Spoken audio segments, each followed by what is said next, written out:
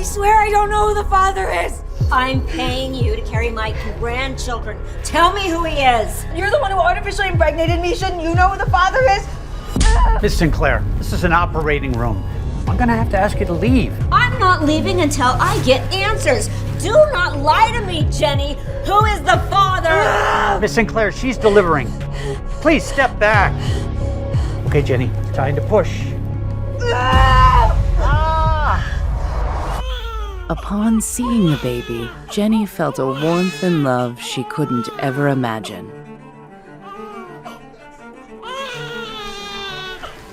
No, stop! This boy is a Sinclair. I'm not going to let you put your dirty hands on him. Please, my baby, someone do something! Don't let her take my baby! Second one's coming. Okay, Jenny, I need you to take a deep breath and push. Oh my God, it hurts so much! I know, you gotta breathe through the pain. Push. Oh, a beautiful baby girl. Okay, Jenny, one more time. Yo, push. Oh, it's a boy.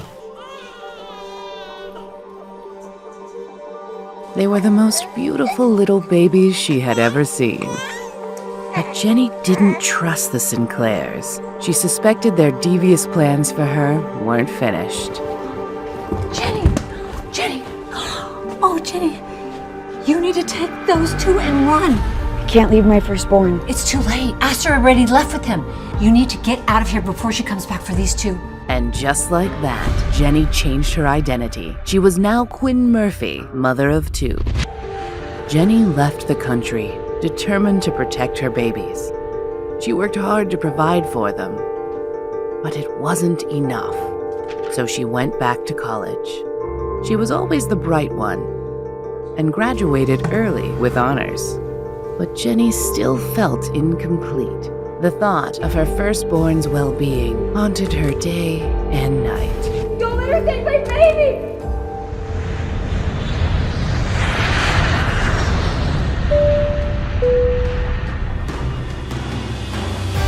But now, Jenny was back in town with a new identity and a new job.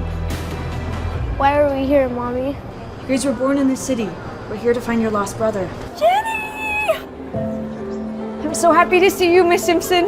Miss Nora Simpson had been a loyal part of the Monroe family since Jenny was a child. Even when the Monroe business fell apart and Jenny's fiancé left her, Miss Simpson stayed by her side.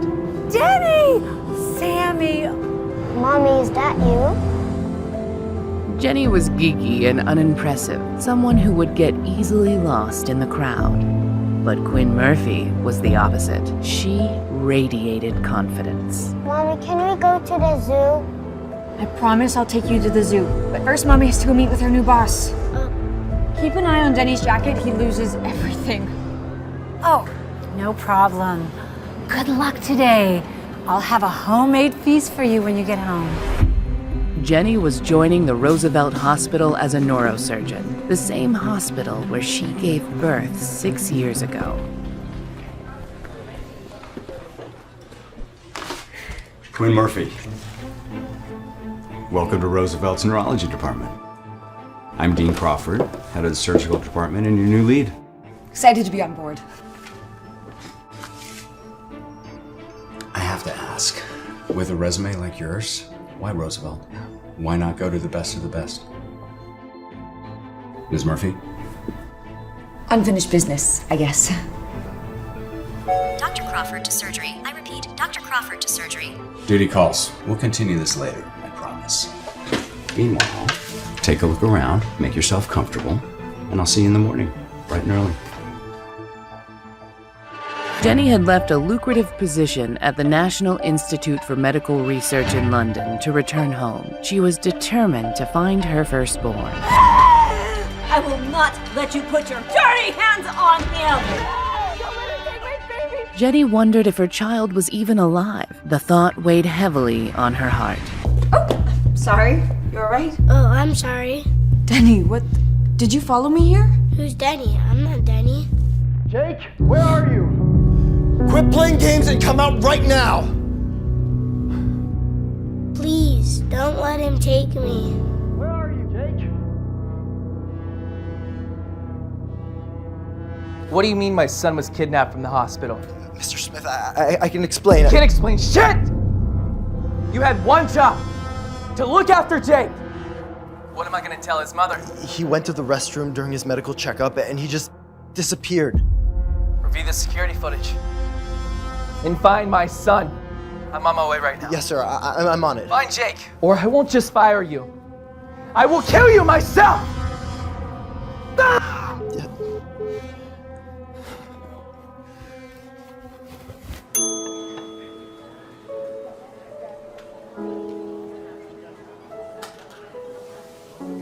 We're just gonna eat, then we'll take you back, okay? They don't let me eat burgers at home.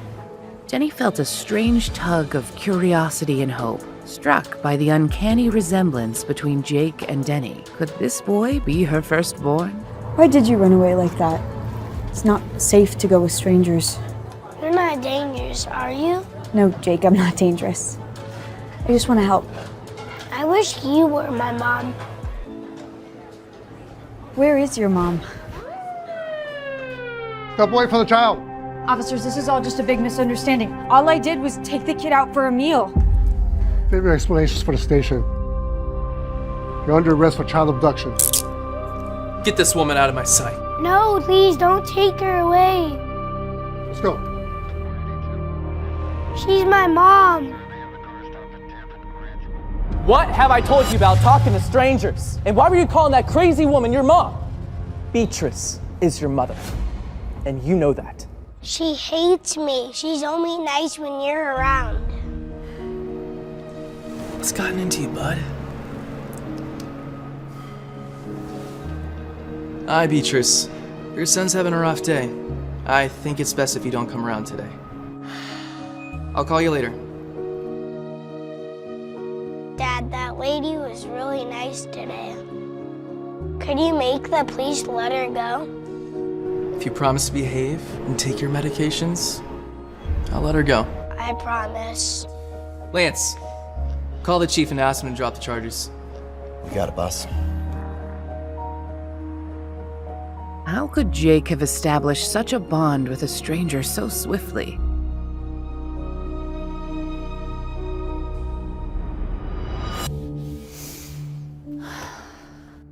Hey, are you all right? Was everything okay at the hospital? Come here. Jenny recounted her stressful day to Miss Simpson, running into Jake, the child of the powerful Fred Smith, with an uncanny resemblance to her own son Denny, being arrested for child abduction, then suddenly being released. Miss Simpson could tell that Jenny was afraid. Dr. Murphy to surgery. I repeat, Dr. Murphy to surgery. An overwhelming sense of fear gripped her like a vice, as if Miss Sinclair wanted her and her children dead.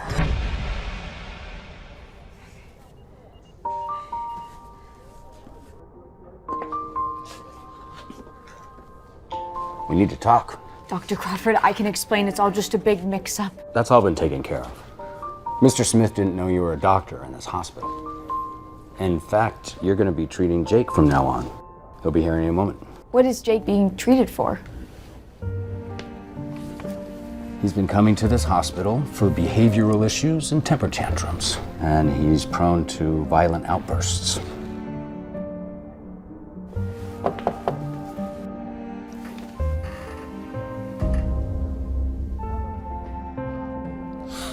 You're here. I was worried I would never see you again. Hi, sweetie. Mr. Smith, allow me to introduce our new neurosurgeon, Dr. Quinn Murphy. Fred felt something as he shook hands with her, but he couldn't quite grasp what it was until finally it hit him. He had met Quinn before. Does Fred know more than he was letting on? Will the truth come out about Jenny's past? I apologize for the misunderstanding. My assistant thought you were some random lunatic and not our new doctor. Quite all right, Mr. Smith. Hop on up and we'll begin the exam. We'll leave you to it then. Will you take me to burgers after the exam? We'll talk to your dad about it, but first I have to ask you a few questions, okay? So I read your chart, outburst, medications. Is something bothering you, Jake? Is everything okay at home? I just get really mad because of my mom. She's not really my mom, and she's mean to me when no one's around. She hates me. All right, Jake, I believe you. I'm gonna ask you an important question, and I want you to answer it honestly. Can you do that? Does your mother ever hurt you? Jenny's heart broke upon hearing this. She knew what she had to do. She needed to immediately convene with Dr. Crawford to gauge whether the situation was serious enough to be reported to authorities. I'll be right back. Can I speak to you in private? Something wrong with my son? I haven't done any neurological exams on the boy yet, but I just need to speak with Dr. Crawford. You haven't even examined him yet, and you already need your boss's help? Doc, is she even competent enough to treat my son? All right, calm down, Fred. I'm sure everything is... I need to know. I do not trust just anybody with my son. Is he okay, Miss Murphy? Quinn, it's okay. He's the father. What's going on? Jake seems to be under significant stress. It seems to be something going on at home. What are you accusing me of, Dr. Murphy? You think I'm torturing my own child? No, not you. Your wife. I need Dr. Crawford to tell me how to proceed in light of this information. We are legally required to report all abuse to the authorities. You're telling me you think my wife is abusive? I only know what Jake told me. This is outrageous. How dare this woman throw such allegations against my family? I will have your medical license revoked. Don't you care about your son's well-being, Mr. Smith? I did you a favor by coming to Dr. Crawford. Maybe I should have just immediately reported you to the authorities. I should have never dropped those charges against you. I'm taking my son home.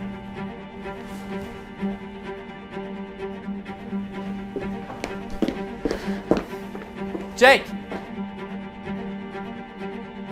What kind of outfit are you running here? How can my son go missing twice in 2 days? You were gonna pay for this. Jenny thought of how much Jake looked like Denny, her son. Same age, same height, same hair. It hit her. Jake was her missing son, and he was being raised by this horrible man. Fred, please, calm down. I'm sure he's around here somewhere. I'll alert the facility. We will find him. Damn right you will, and get this woman out of my sight. I demand her to be fired. Let's not be too hasty. You need to do something. I will have this place on lockdown if my son isn't found in an hour. I'm sorry, Quinn. I'm gonna have to suspend you, pending an investigation or until we find Jake. This is wrong, and you know it, Dean. I know, but Fred Smith is not just the president of RexCorp. He's our biggest donor and a senior member of the board. My hands are tied. So you just bow down to him every time he decides to throw a temper tantrum? I am truly powerless here. And for what it's worth, I'm sorry.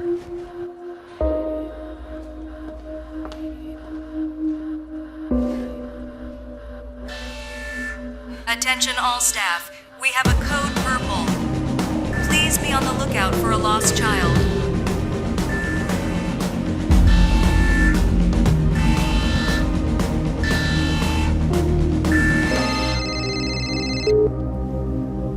Miss Simpson? Jenny, are you all right?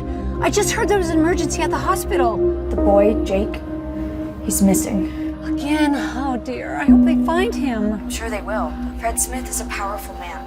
I don't know if Jake's safe with him. What do you mean? I'm his mother. I know I am. And he needs to be with me and his brother and his sister. Calm down, Jenny. I'm outside with the children. I just rushed here as soon as I heard. I'll see you soon.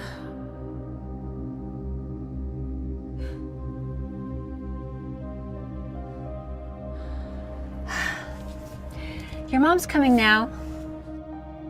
Sammy, where's Jenny? Looking for Mom. Jenny! Jake! Can you stop running away? I'm gonna get in serious trouble. Let's get you home. Jake knew he should set the record straight and stop Fred from taking the wrong boy home. But he had wanted to get away from his father for so long. This was his chance. Jenny! Jenny! Jenny! I'm not Jenny. Come back to the car right away. You can't just wander off. I'm not Jenny.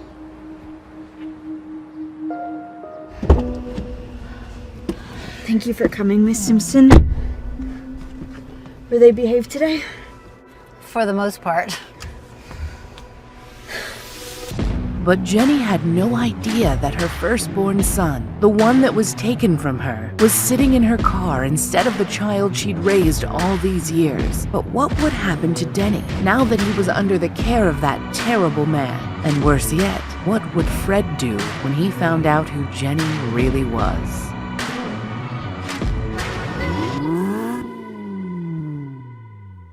I'm sorry. I couldn't live with myself if anything happened to you. I love you more than anything in the world. You know that? Denny, with his wide eyes and feeling totally in over his head, just nodded. As Fred continued to address the little boy he thought was Jake. Son, are you really that afraid of your mother? He asked. No, said Denny, somewhat clueless. Quinn was a wonderful mother. Why would this man think anything else? Then what is it? You can tell me, continued Fred. I know you might have been afraid to tell me the truth. That's okay. You're not in trouble. He tousled the boy's hair lovingly and called his assistant, Lance, to have dinner ready for them when they made it back to the penthouse. Over in Quinn's family minivan, heading in the opposite direction, Jake Smith was having a similar experience. He'd snuck into this car, and now the nice doctor lady from yesterday was calling him Denny. So was this little girl, and an older woman up front driving. It was kind of funny. He wondered how long he could keep this joke going. How about some chicken nuggets for dinner? Said Quinn, as Nora drove them to their house. Wow, I've never had chicken nuggets in my whole life, thought Jake, thrilled with the possibility of trying something new that he'd never been allowed to have. Yay! Both children yelled enthusiastically. Quinn was so tired and spent from this crazy day that she thought her eyes were playing tricks on her. Hadn't Denny been wearing a different outfit earlier? No, that didn't make any sense. Quinn sighed, laid her head back on the headrest, and closed her eyes momentarily, thinking of what to do about her job at the hospital. She wouldn't tell Nora or the children, at least not yet. She would try her hardest to get her job at Roosevelt Memorial Hospital back. Fred Smith wasn't going to stop her. However, across town at Fred Smith's penthouse, her son, Denny, was now seated in an ornate dining room at a very long table. People were all fussing over him and still calling him Jake. The man in the fancy suit sat at one end of the table, and a lady with a lot of makeup sat on the other end. I'm sure your mother has been worried about you today, said Fred, gesturing to the woman at the end of the table. That's not my mother, said Denny matter-of-factly. She is.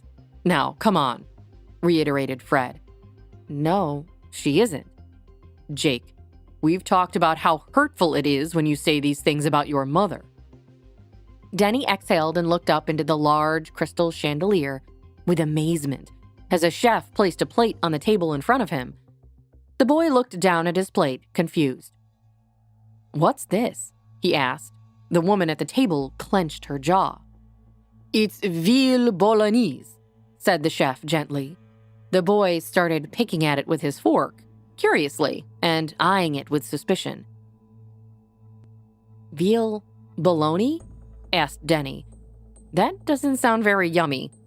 The woman exhaled loudly, her frustration evident. Fred cleared his throat.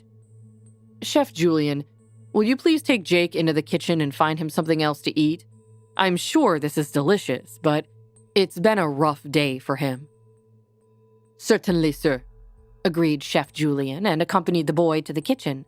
thinking privately about how nice it must be to be this rich and be able to have an array of dinner choices ready at a moment's notice. He ran away again, and now he's refusing to eat his dinner? Complained Beatrice. And he's still arguing that I'm not his mother. You need to check him in somewhere, Fred. He's getting worse. No thanks to you. Fred narrowed his eyes on his wife. I don't know what you're talking about, cooed Bernice, but I'm sure you will enlighten me. Do you know why he ran away this time? Boomed Fred. Because he's an incorrigible problem child with mental health problems?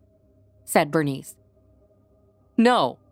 I learned today that you have been hitting our son. Is that true? Oh, please. Even the Bible says if you spare the rod, you spoil the child. You may let him get away with turning his nose up at dinner and having Chef Julian cook him something new, but I certainly won't. You're turning the kid into a spoiled brat, Fred. That's why he acts like this. I had a leading neurologist say today that Jake's problem is psychological. His extreme distrust and fear of you are what's causing him to act out. And if you're hitting him, we never agreed to that. I believe what my son is saying, that he's scared. You believe him over your own wife, who carried him in her belly. You think I wouldn't know my own child? Said Beatrice, sounding wounded. If we're being completely honest, Beatrice, I took your word for it. I'd just seen you for Christmas, but almost right after, I went back overseas for the army. Then our truck was blown to bits by that roadside grenade. It's the last thing I remember about my time in Afghanistan. Do you have any idea what it was like for me? Being in a coma for 3 years after something like that? Well, neither do I. Because I was in a coma, Beatrice. And then I wake up, and surprise, I have a son? I've never questioned you about it, not once. But now, I have questions. Jake is right. You don't cuddle or kiss him or treat him like other moms treat their kids. You act like he's just some nuisance, an inconvenience. I can't believe what you're insinuating, said Beatrice. That's cutthroat, even for you, Fred. That's enough. Just stop, said Fred with an air of authority. Pack up your things, Beatrice. I'll have Max watch you to make sure you pack only your own belongings. You are to leave this penthouse immediately. You will never hit my child again. You'll be hearing from my lawyers. Fine. You'll be getting the bill, said Beatrice, standing up and tossing the chair aside with a crash. I always do, mumbled Fred, who had spent hundreds of thousands per year on spa treatments, clothes, plastic surgery, country club memberships, and more for this woman. I'll take you to the cleaners, said Beatrice. You can try, said Fred.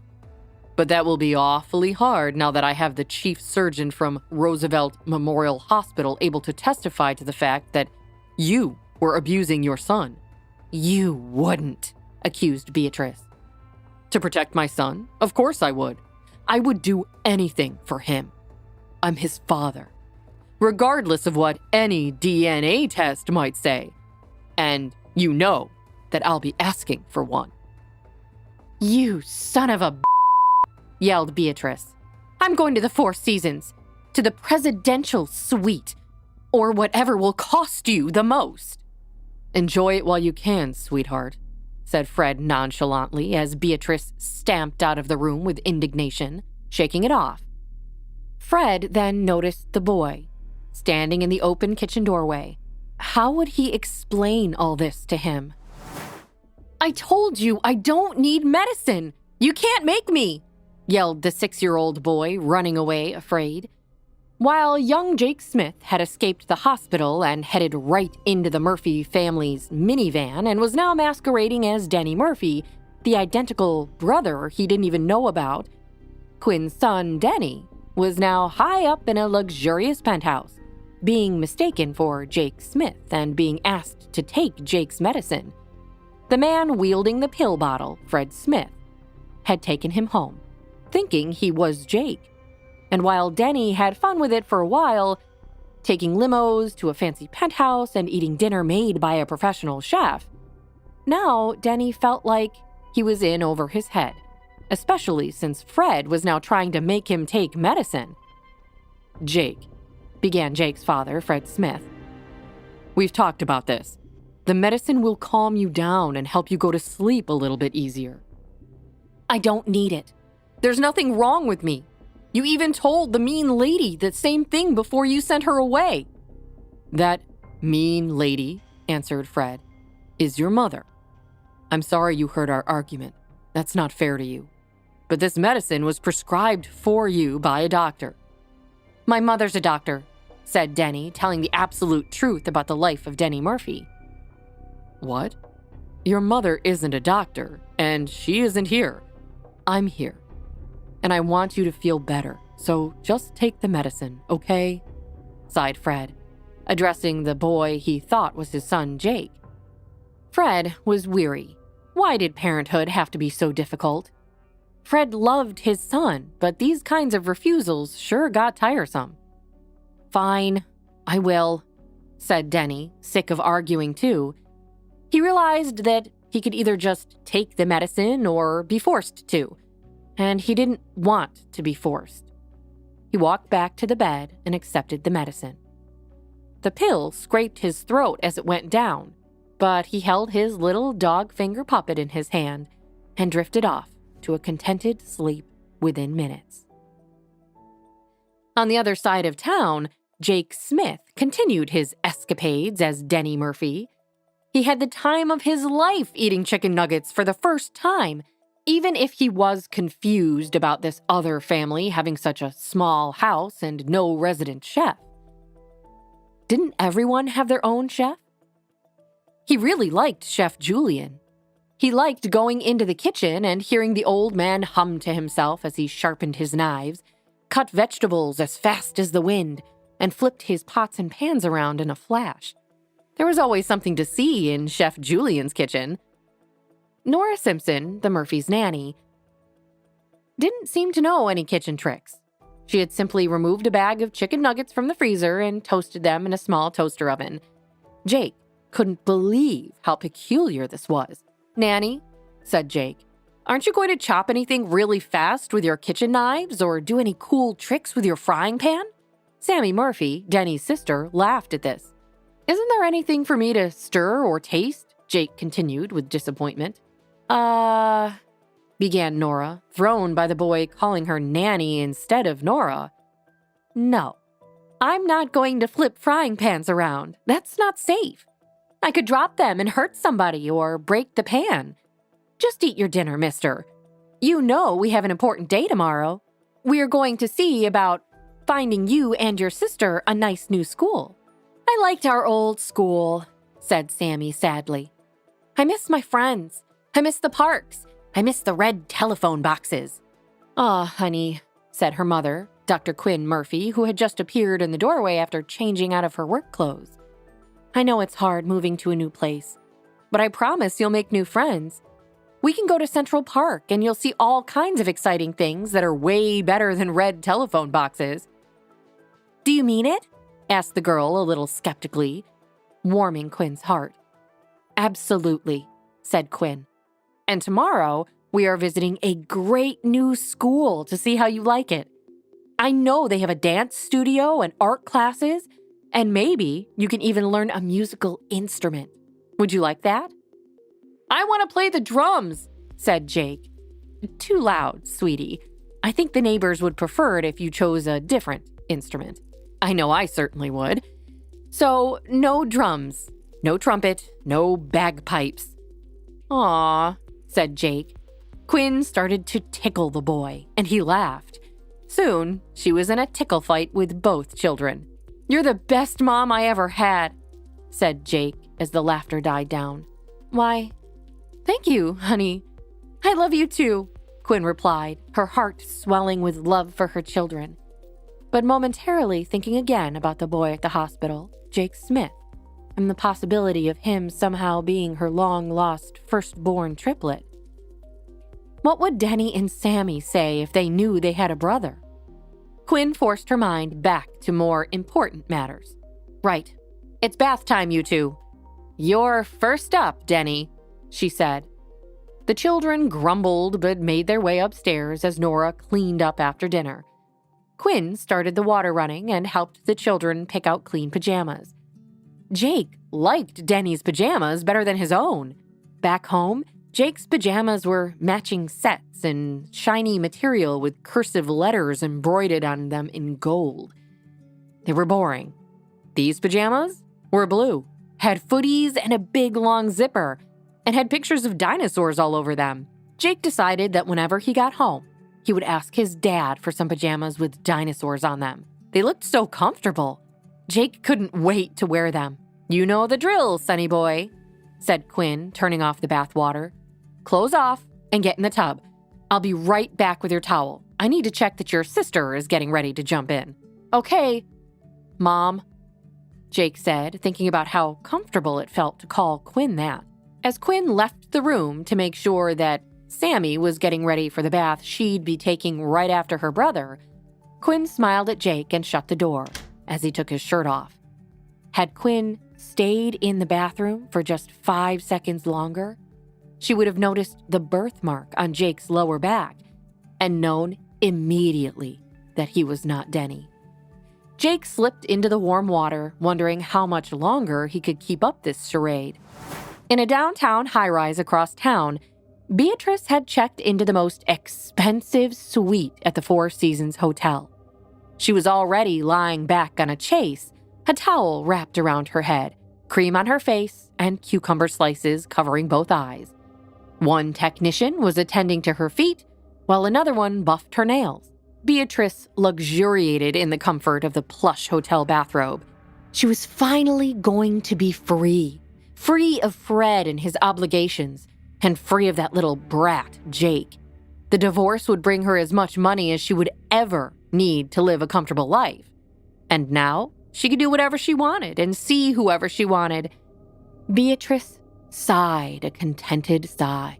However, her reverie was soon interrupted by the arrival of her mother, Cheryl.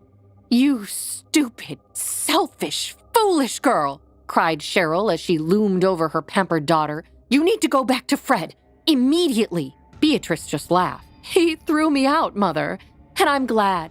No more boring, stuffy social events, no more pretending to like that child. I'll get millions in the divorce.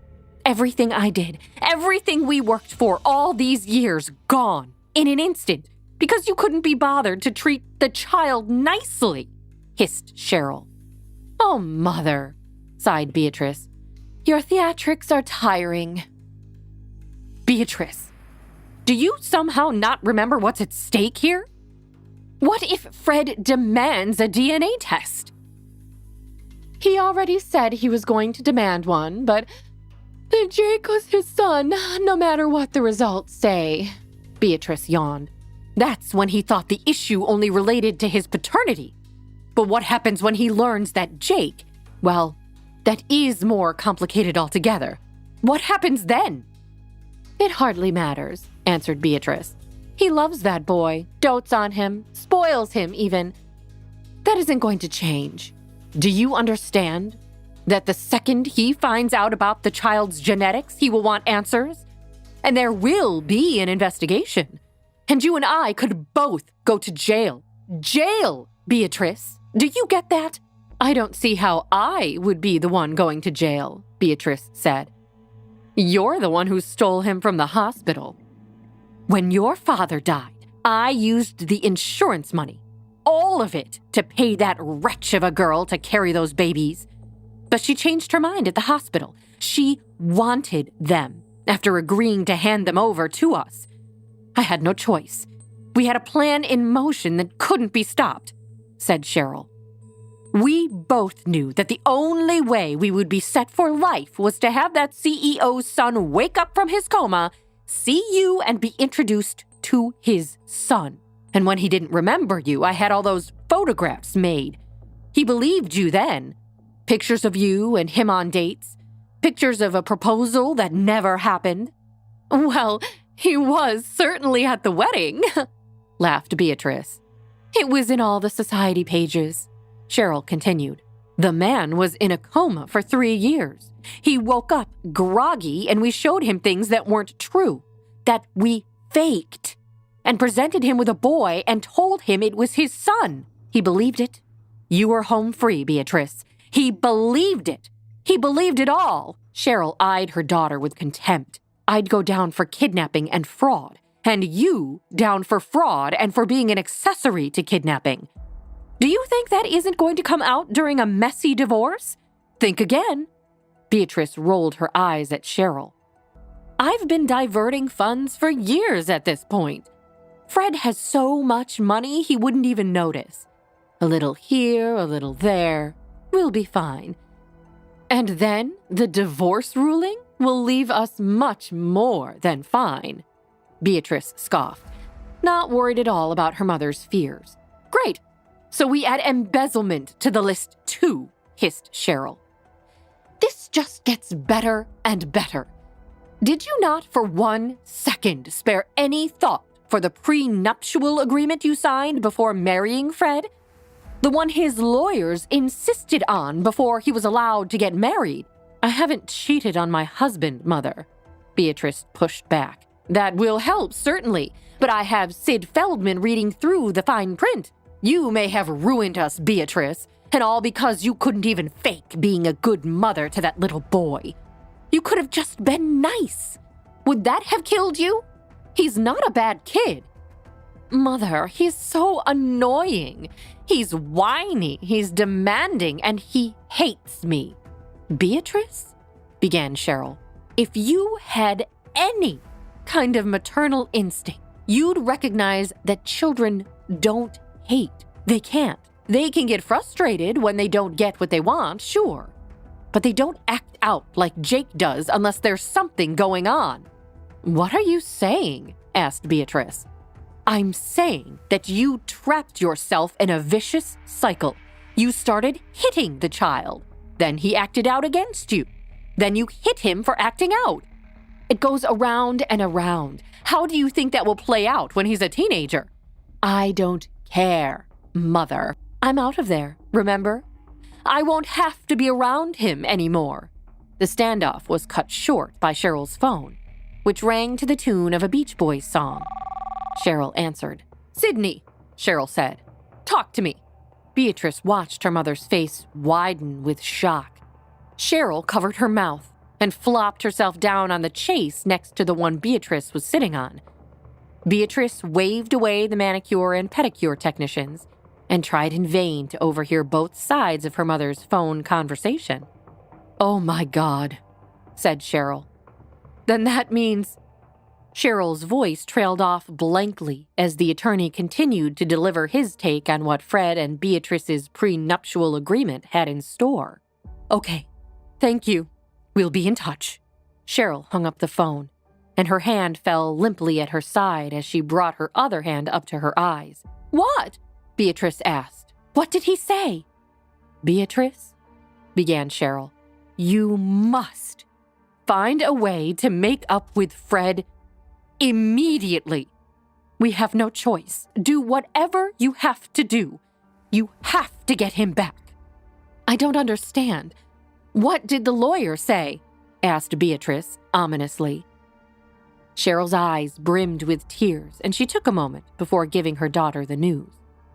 You're penniless, Beatrice. Beatrice's stomach sank. Penniless? This has to be a mistake. There was one thing she knew for sure. She sure as hell wasn't going to stay penniless for long. She had to get to the bottom of this.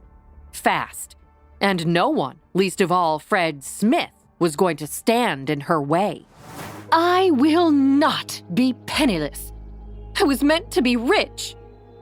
Beatrice screamed at her mother, Cheryl, who was digesting the news they'd just heard from their lawyer. Well, then you've got to win Fred back. And you've got to win him back now, Cheryl snapped at Beatrice finally. Are you sure that lawyer knows what he's even talking about? Beatrice stomped around her penthouse room at the Four Seasons Hotel, a grand view of Central Park in front of her. Yes, Beatrice, you are in the wrong here, Beatrice, I'm afraid. Cheryl shrugged. We both are, Mother. If I go down, so do you. Beatrice may have conned Fred after he woke up from his 3-year coma. She may have convinced him that they were in love and that she was the mother to that spoiled, rotten child, Jake. But Cheryl had done all the planning. Cheryl probably knew who Jake's real father was, but Beatrice knew better than to ask any questions. Cheryl had even gotten that sad, pathetic woman to be the surrogate, so that Beatrice didn't have to go through the ordeal of pregnancy. For Beatrice's part, she'd just shown up at the hospital and done exactly what her mother told her. But Beatrice and Cheryl both loved being rich, and were not going to give that up, no matter what it took. Suddenly, Beatrice stood up and walked over to the telephone in her room and dialed down to the front desk. Hello? What are you doing, Beatrice?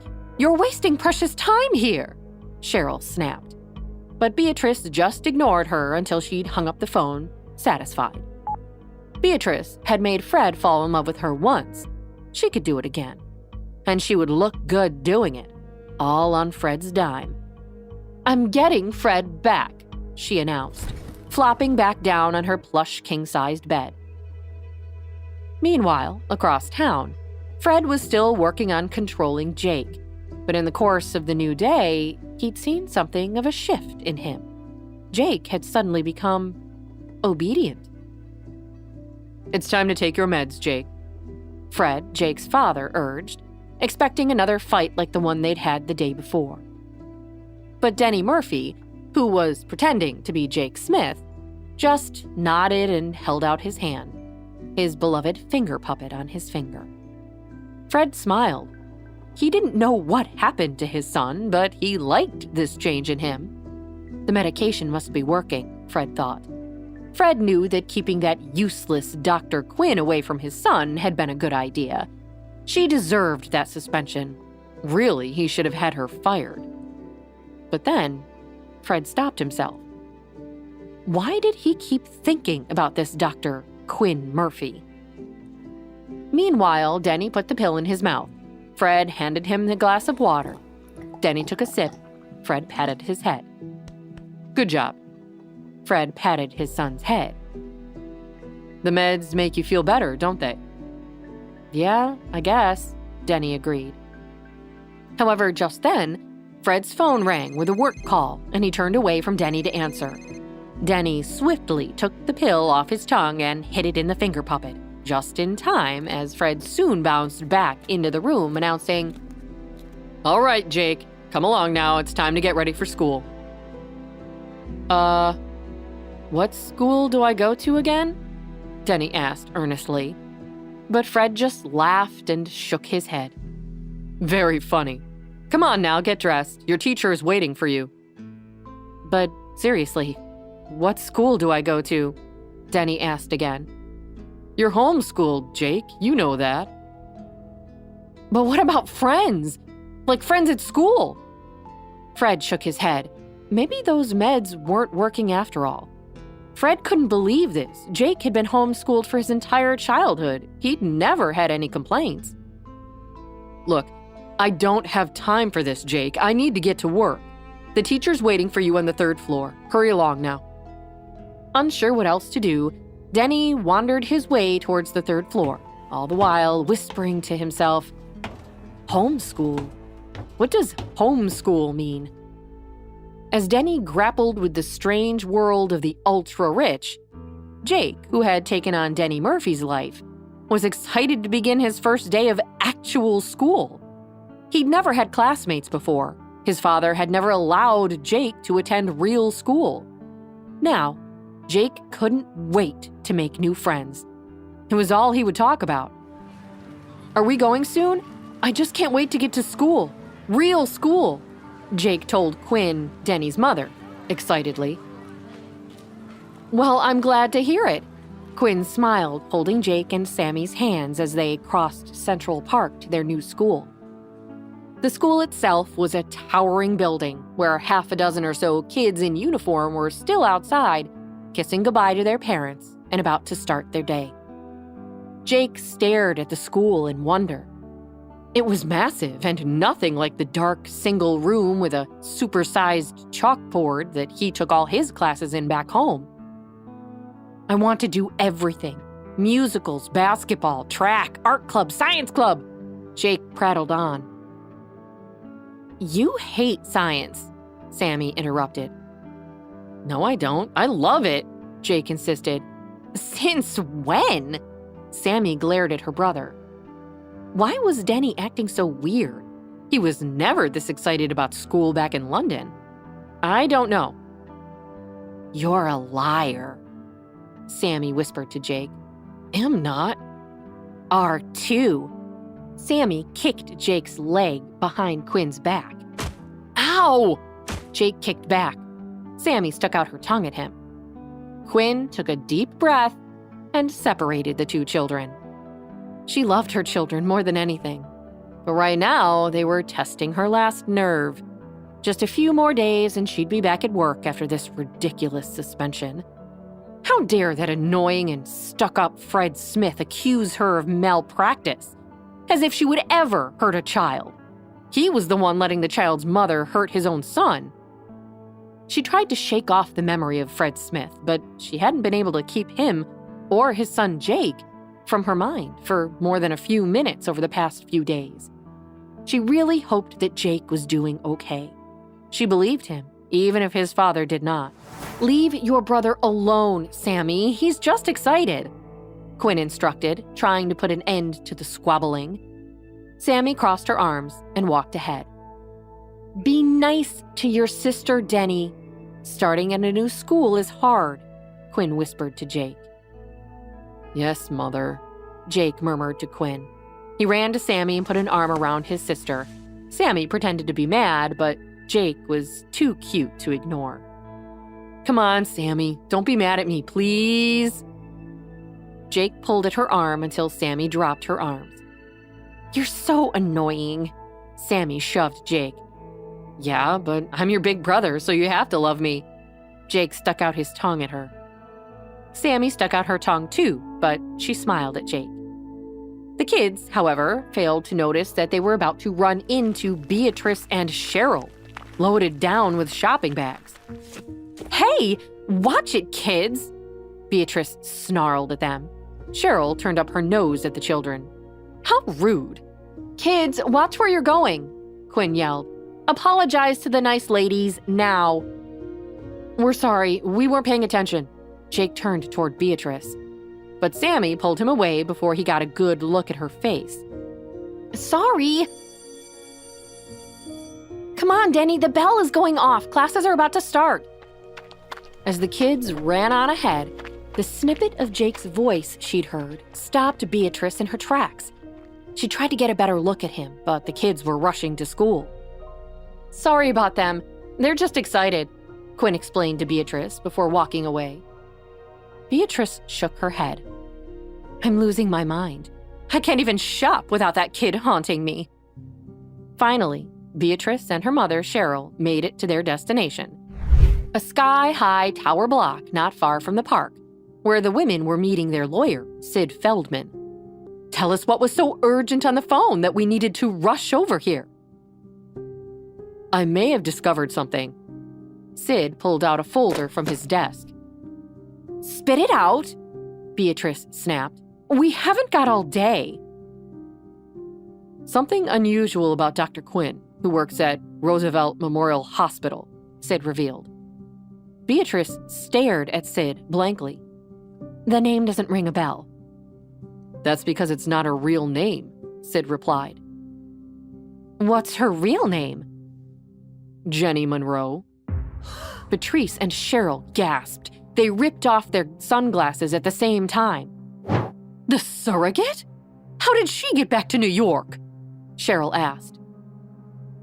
That's not what's important to me or to you right now. What's dangerous is that she's here working at the same hospital where she delivered those 3 children. This could be a huge problem for us, Cheryl agreed. With that, Sid moved a photo across the desk of Quinn and her 2 children. Beatrice looked down at the photo. The boys look practically identical, Beatrice noted. It's almost uncanny how alike they are, Cheryl agreed. Beatrice thought back to the boy in the park, the brother and sister that had almost run straight into Beatrice and her mother, Cheryl. The girl that looked just like the one next to Quinn in this photo now. Beatrice stared at Quinn in the photo. Her eyes widened at the realization. We have to keep the boys separate from one another, Beatrice demanded. And from Fred, Cheryl added.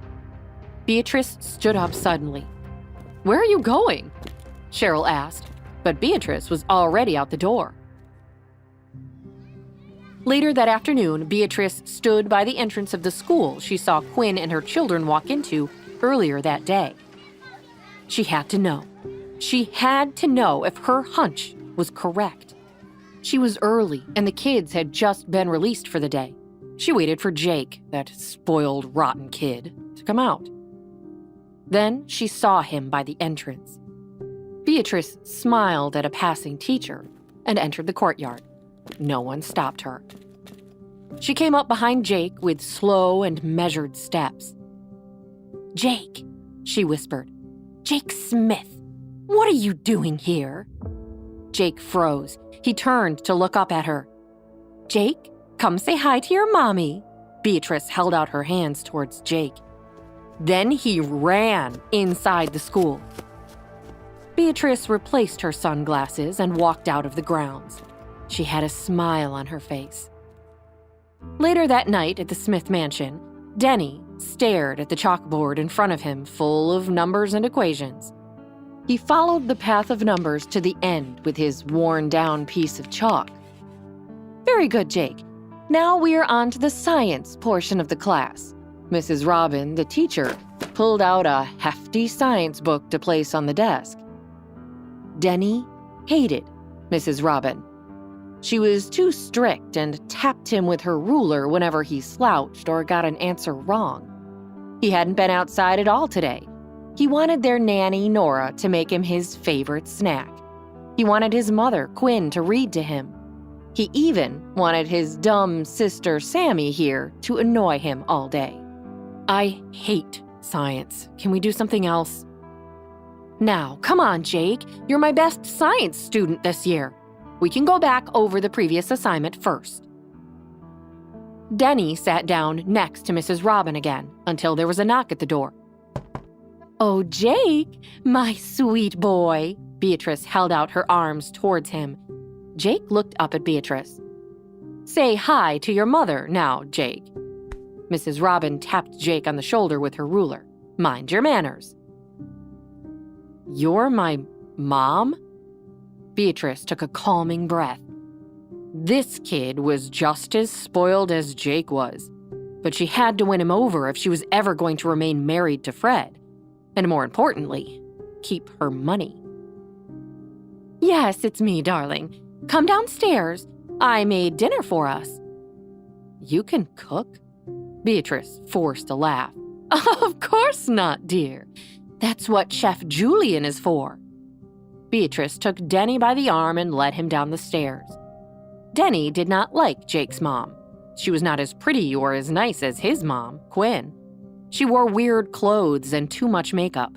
But dinner with Beatrice was better than science class.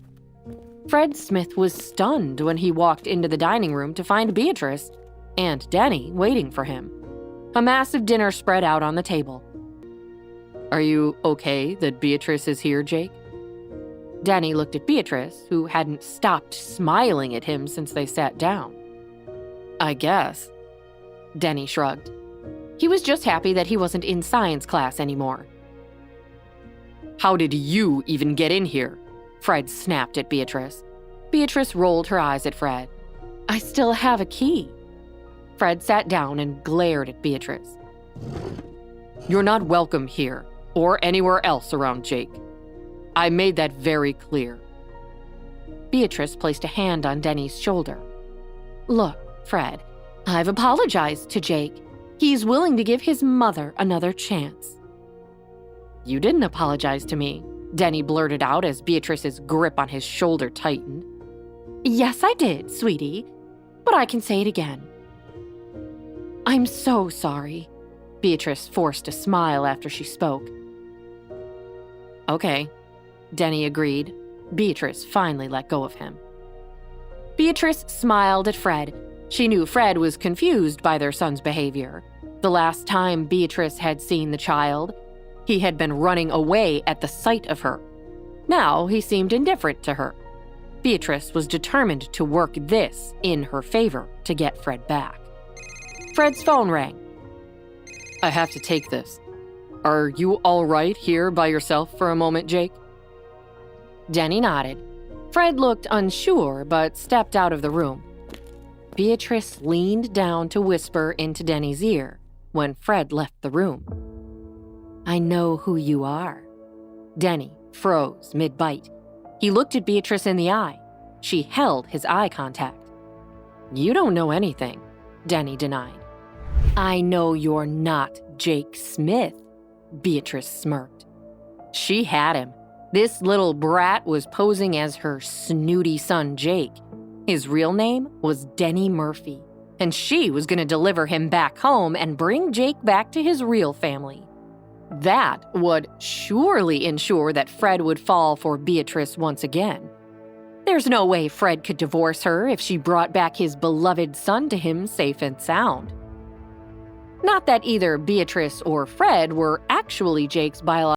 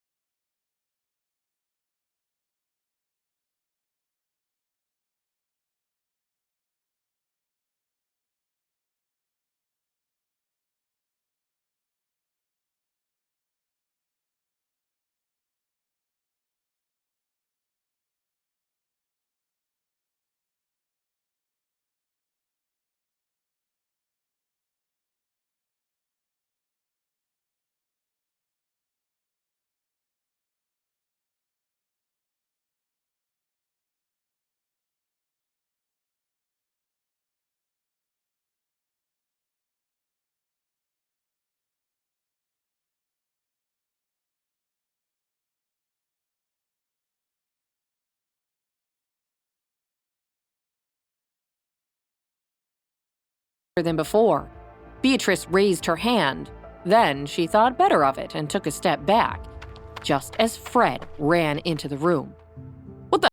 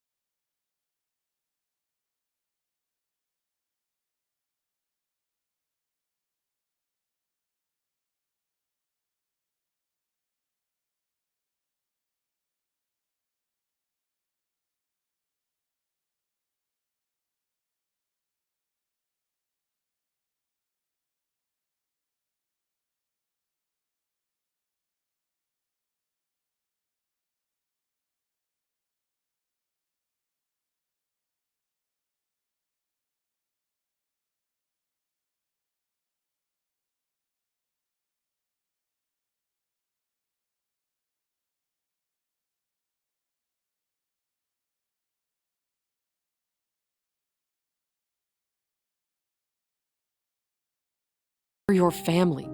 Even if your mother is difficult, she is your mother. She's not my real mom, Denny thought. My mom was nice and kind. Nothing like that mean witch. Denny knew at that moment that he was ready to go home. So later that night, Denny snuck downstairs and found a telephone in Fred's office. He dialed his home phone and crossed his fingers that since it was so late, no one would pick up except his younger sister, Sammy. Across town, Sammy sat in front of the TV with Jake Smith, who was still happily pretending to be her brother, Denny. Jake was, in fact, having the best night of his life. They watched late-night cartoons and shared a giant bowl of popcorn. He had never been allowed to stay up this late back home. Your mom lets you stay up this late past your bedtime? Only when I have nightmares. Do you have nightmares a lot? Sometimes, Sammy shrugged. Just then, the phone rang. Sammy stood up to answer it. Jake couldn't believe this either.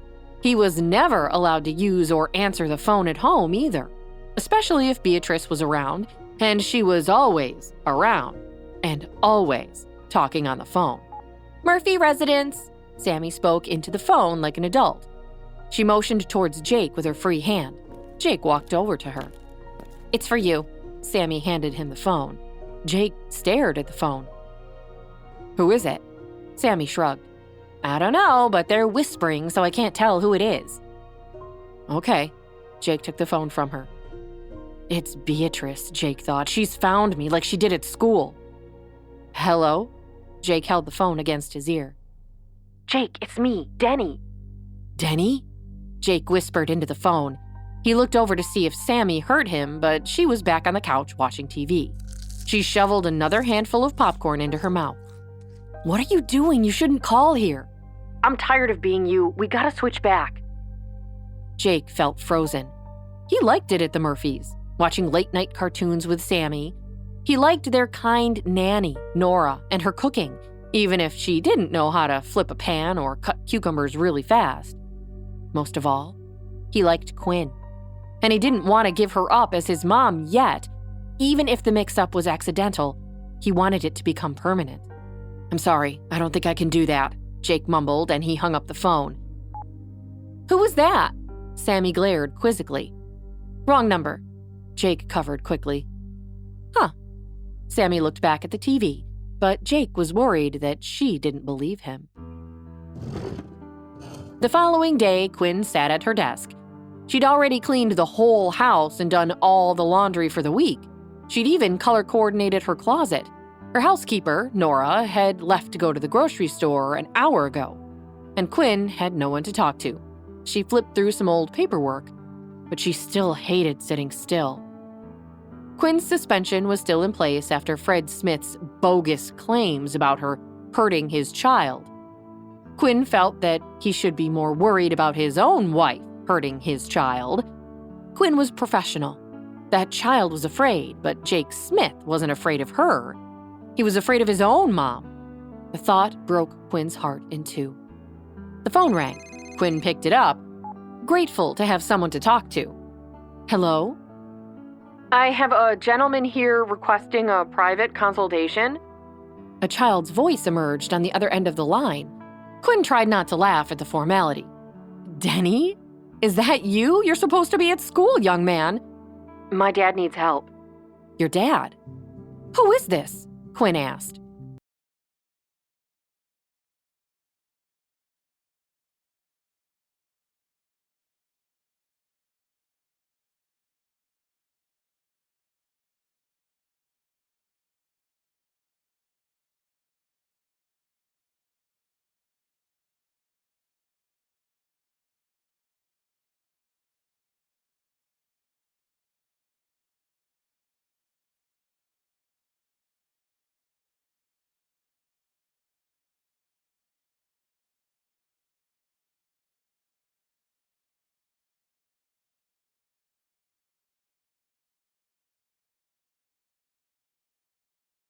The address. Once she was there, Quinn rang the doorbell to the giant mansion repeatedly. There was no time to waste, but no one seemed to be rushing to answer. The house was massive. It looked like a luxury Italian villa right on the edge of Central Park. She could see the kids' school from here. Well, at least she would be nearby for pickup later on. She checked her watch, and the school day was almost over. She hoped that this home call wouldn't take long. She beat on the door until a butler in full uniform answered. "May I help you?" the butler inquired in a clipped tone. "I received an urgent call from here. Someone needs medical assistance?" Quinn held up her doctor's bag and stethoscope. "No one is ill here, ma'am." "Well, I'd like to speak to the owner of the house then, to see that he's okay," Quinn insisted. "He's on an important call, miss. I can assure you that he is fine." Quinn pushed her way inside. The butler followed behind her. "Miss, I am going to have to call the police." "Do what you have to. I'm not letting someone die." She entered the massive living room area and suddenly, Denny rushed out of the kitchen and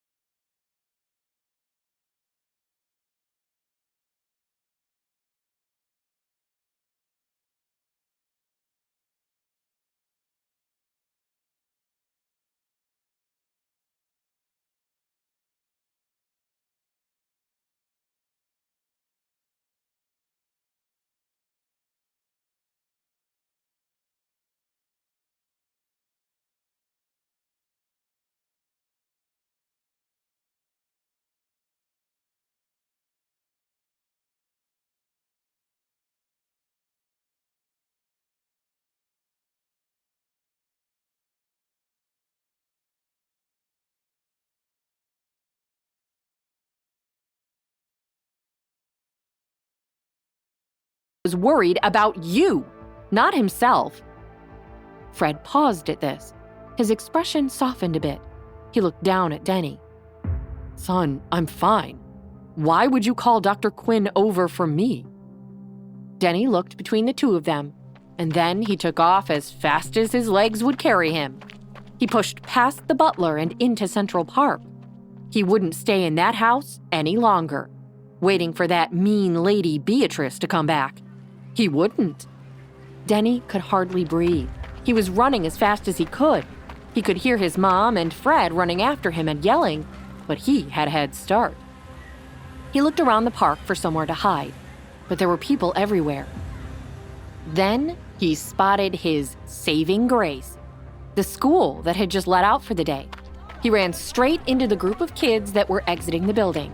He weaved in and out of the crowd, looking for a way inside, when he ran straight into his sister Sammy. Jake stood beside her.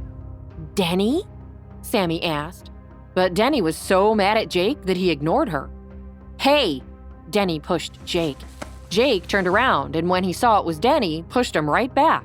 The boys fell onto the ground in a scuffle. "Hey, leave me alone! I'm not going back! I'm not! I hate my mom!" Jake muttered close to Denny as he pinned him down to the ground. "Stop it! Stop it! Stop it!" Sammy yelled at the top of her lungs, pulling at Jake to stop. The boys eventually stopped and looked up at Sammy, who was about to cry. "No fighting! No more fighting!" she yelled again.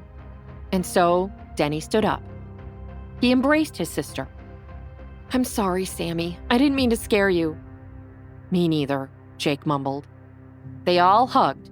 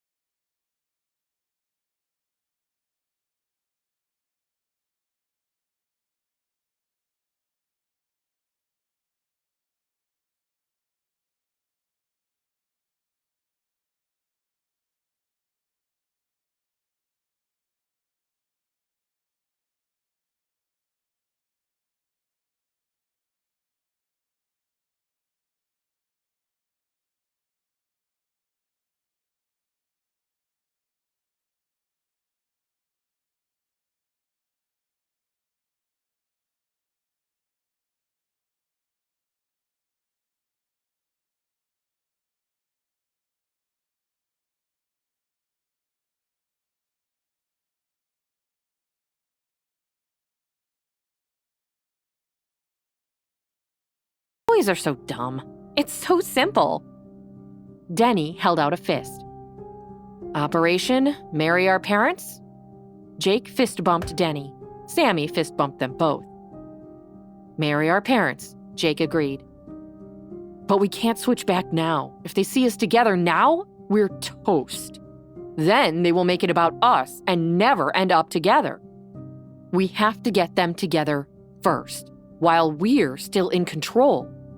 Just a few more days? Denny relented. Fine. Just then, they all turned around when... Jake? Jake? Where are you, Jake? Fred's worried voice entered the courtyard. Oh no, Jake cried. Denny, you need to get out of this place and fast, or else he's gonna see us. And with that, Denny took off, Fred hot on his coattails. Too late, here he comes, whispered Jake as he dove into the nearest bush, cutting his argument with Denny off just as it got heated. For Jake, switching places with Denny, his look-alike, had been a no-brainer. It got him away from his abusive mother. Life in Denny's home had been a vast improvement. For Denny, however, the deal wasn't as lucrative, and he wanted out. However, with Jake's father, Fred Smith, striding across the schoolyard to Denny, Jake hid, hoping to leave the matter in Fred's hands. Jake dove into the nearest bush as Fred saw Denny, and assuming Denny was Jake, grabbed him by the shoulders.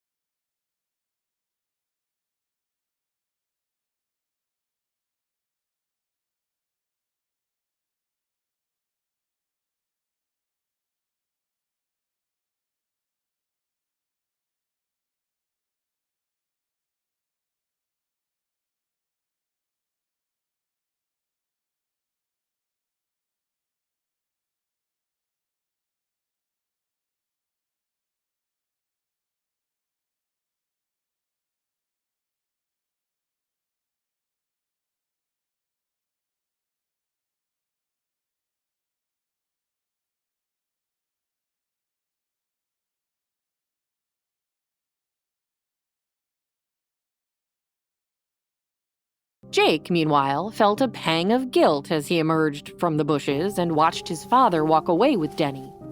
He knew he shouldn't have run away and that Denny had wanted to switch back to his old life. And Jake did actually miss his father, Fred. But he couldn't. He just couldn't bring himself to go back home just yet.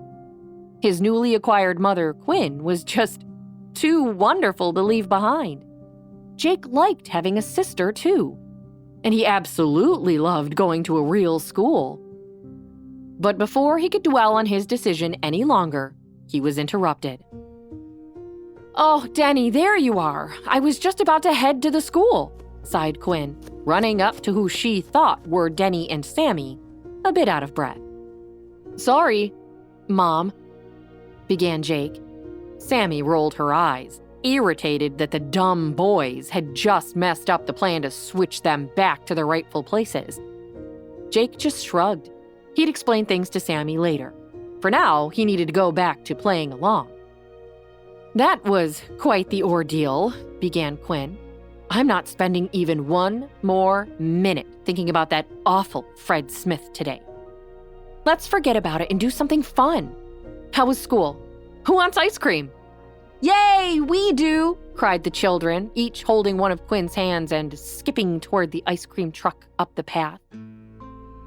Meanwhile, Beatrice was across town, leaving an exclusive spa dressed to the nines in a designer outfit that she knew would stop Fred dead in his tracks.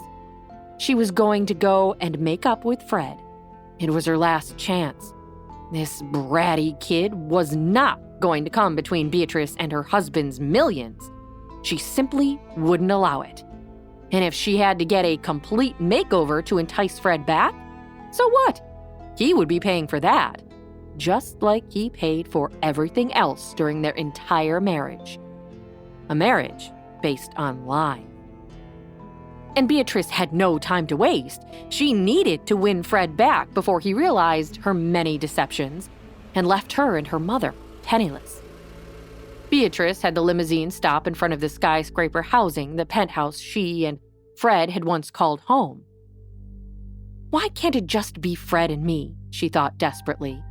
This kid, Jake, who was driving her bonkers, was the reason she had been able to entice Fred to marry her. Therefore, she would have to make an effort to get along with the boy. But he was such a nuisance and so badly behaved. Eventually, Beatrice planned to convince Fred to send the child away to military boarding school. But not yet. For now, she needed to save her marriage and protect her money, she thought, inhaling deeply as she looked up at the beautiful, clear sky. She was busy summoning every ounce of her strength until... Nice! Crowed a man riding past on a bicycle, noticing Beatrice's eye-catching attire and breaking her calm. Beatrice narrowed her eyes and shouted, "Get bent, creep!" You see, when it came down to it, Beatrice was just a regular New Yorker and not really high society at all. But it was time for her to assume her trophy wife's identity once more, if she hoped to keep it. Beatrice made sure her hat was fixed at the exact right angle and walked through the revolving doors with her head held high. "I'm sorry, ma'am," interrupted the security guard behind the desk when he saw Beatrice approach the elevators. "I'll need you to wait here. I've been given strict orders not to admit you to the penthouse anymore." Beatrice's mouth fell open wide. "What?" she yelled. "That's preposterous. Do you know who I am?" Beatrice felt that maybe if she caused enough of a scene, the guard would relent, just so that the others in the lobby wouldn't be disturbed. Beatrice didn't care about saving face right now. All she cared about was getting back together with Fred. "Yes, ma'am," answered the guard. "I am Mrs. Fred Smith. He's the CEO of RexCorp, and I'll have your badge for this. Let me up to my home this instant." The security guard froze. If he let the woman up, Fred Smith would have him fired for sure. If he didn't let the woman up, she would likely also have him fired. These rich people, he thought. They think they can have whatever they want, whenever they want. "Mrs. Smith," began the guard, "I'm terribly sorry. Let me call upstairs for you. I'm sure we can work something." The guard stopped mid-sentence as Beatrice had just stomped away toward the elevator. He watched the edge of her houndstooth cape flutter as she rounded the corner out of sight. He sighed. This was not going to end well, no matter what he did next. Fred and Denny were watching Chef Julian masterfully flip crepes into the air. It wasn't breakfast time, but it didn't have to be. Crepes were the best comfort food ever, no matter what time of day it was. And Fred knew how much his son loved them. So asked Chef Julian to whip some up in their world-class kitchen. Denny whooped and laughed as the crepes flew up in the air, and Fred tousled the boy's hair, so happy to have him back. "Jake," began Fred, "I've been thinking. Things have been kind of crazy around here for the last few days. Maybe we should get away for a few days. What do you think, kiddo? Just you and your old dad? Maybe we just need to have some fun. You pick a spot." "Me? Anywhere, really?" asked Denny. "Anywhere you want, sport," said Fred. Denny's eyes grew animated. "Oh, can we get one of those space rockets and see outer space?" Fred laughed. "Haha, I meant anywhere in the world, son. Maybe you can see space when you're grown up. But let's keep the fun on Earth for now, huh?" "Okay, what about," began Denny, wondering if maybe Fred would take him back to London to see his friends there. Until very recently, that's where Denny, his mother, his sister Sammy, and Nora the nanny had lived. He'd grown up there, and he missed the London eye, peering down over the city no matter the weather, the fish and chips, and the London buses, and so many other things that had made the city home. New York City was really something, but he wasn't used to it yet. However, just as Denny got up the nerve to ask Fred to take him to London, he heard a commotion. Fred heard the commotion too and steeled himself. He'd known that this would happen at some point. He knew Beatrice would try to come home and pretend that nothing was wrong. She'd pretend that she hadn't ever hit Jake. She'd claim that she loved both of them. This time, however, Fred was finished with it, and finished with Beatrice. He'd had the locks to the penthouse changed. "Chef Julian," said Fred, "please continue with the crepes. I'll be back shortly to eat mine with my son. There's just something I need to take care of first. Jake, be a good boy and stay here for a bit, okay?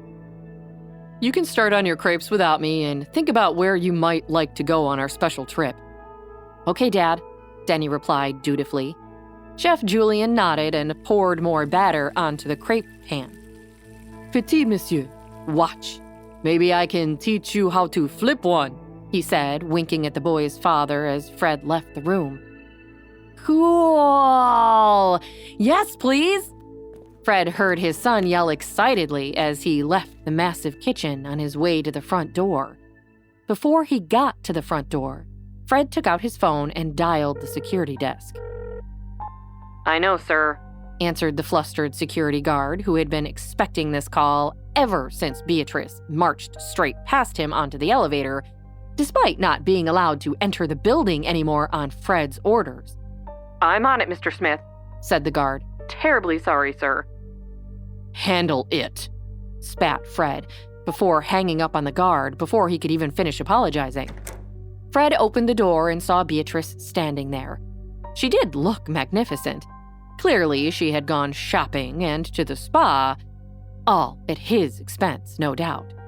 The thought of this made Fred even angrier. "You shouldn't be here, Beatrice." "Fred, darling," she purred, pretending nothing was wrong. "You didn't even notice my new outfit. I'm hurt. Oh, and you simply must call a locksmith. There's something wrong with the door." "I already called the locksmith, dear. They changed the locks, just as I asked them to. None of your keys work anymore because this is no longer your home. Your things are being packed, and they will be sent to the address of your choice. You can't stay at the Four Seasons anymore." "What?" Beatrice was completely taken aback by Fred's newfound boldness. "Well, I should explain." Fred folded his arms in front of him. "You can certainly stay at the Four Seasons if you want to, but I will not be paying for it anymore. You'll either be paying for it yourself, or you'll be checking out tomorrow morning. Oh, and I've canceled your credit cards, too." The edge of Beatrice's mouth twitched with anger. At least she'd been to the spa and the boutique before he'd cut her off, she thought bitterly. But Fred nothing, he answered matter-of-factly. "This relationship is over. You'll direct any inquiries to Malley Martinson Sneed, my law firm of record." Beatrice sneered. "Malley Martinson Sneed.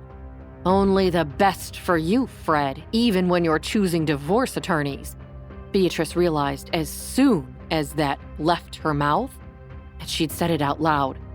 This kind of talk would not help her get Fred back. Beatrice dug deep within herself and started to cry big fake tears, not caring that her eye makeup was running and that she would look like a raccoon. "Fred, please," she began. "I love you. I love Jake. I don't want this divorce. I was there for you, Fred.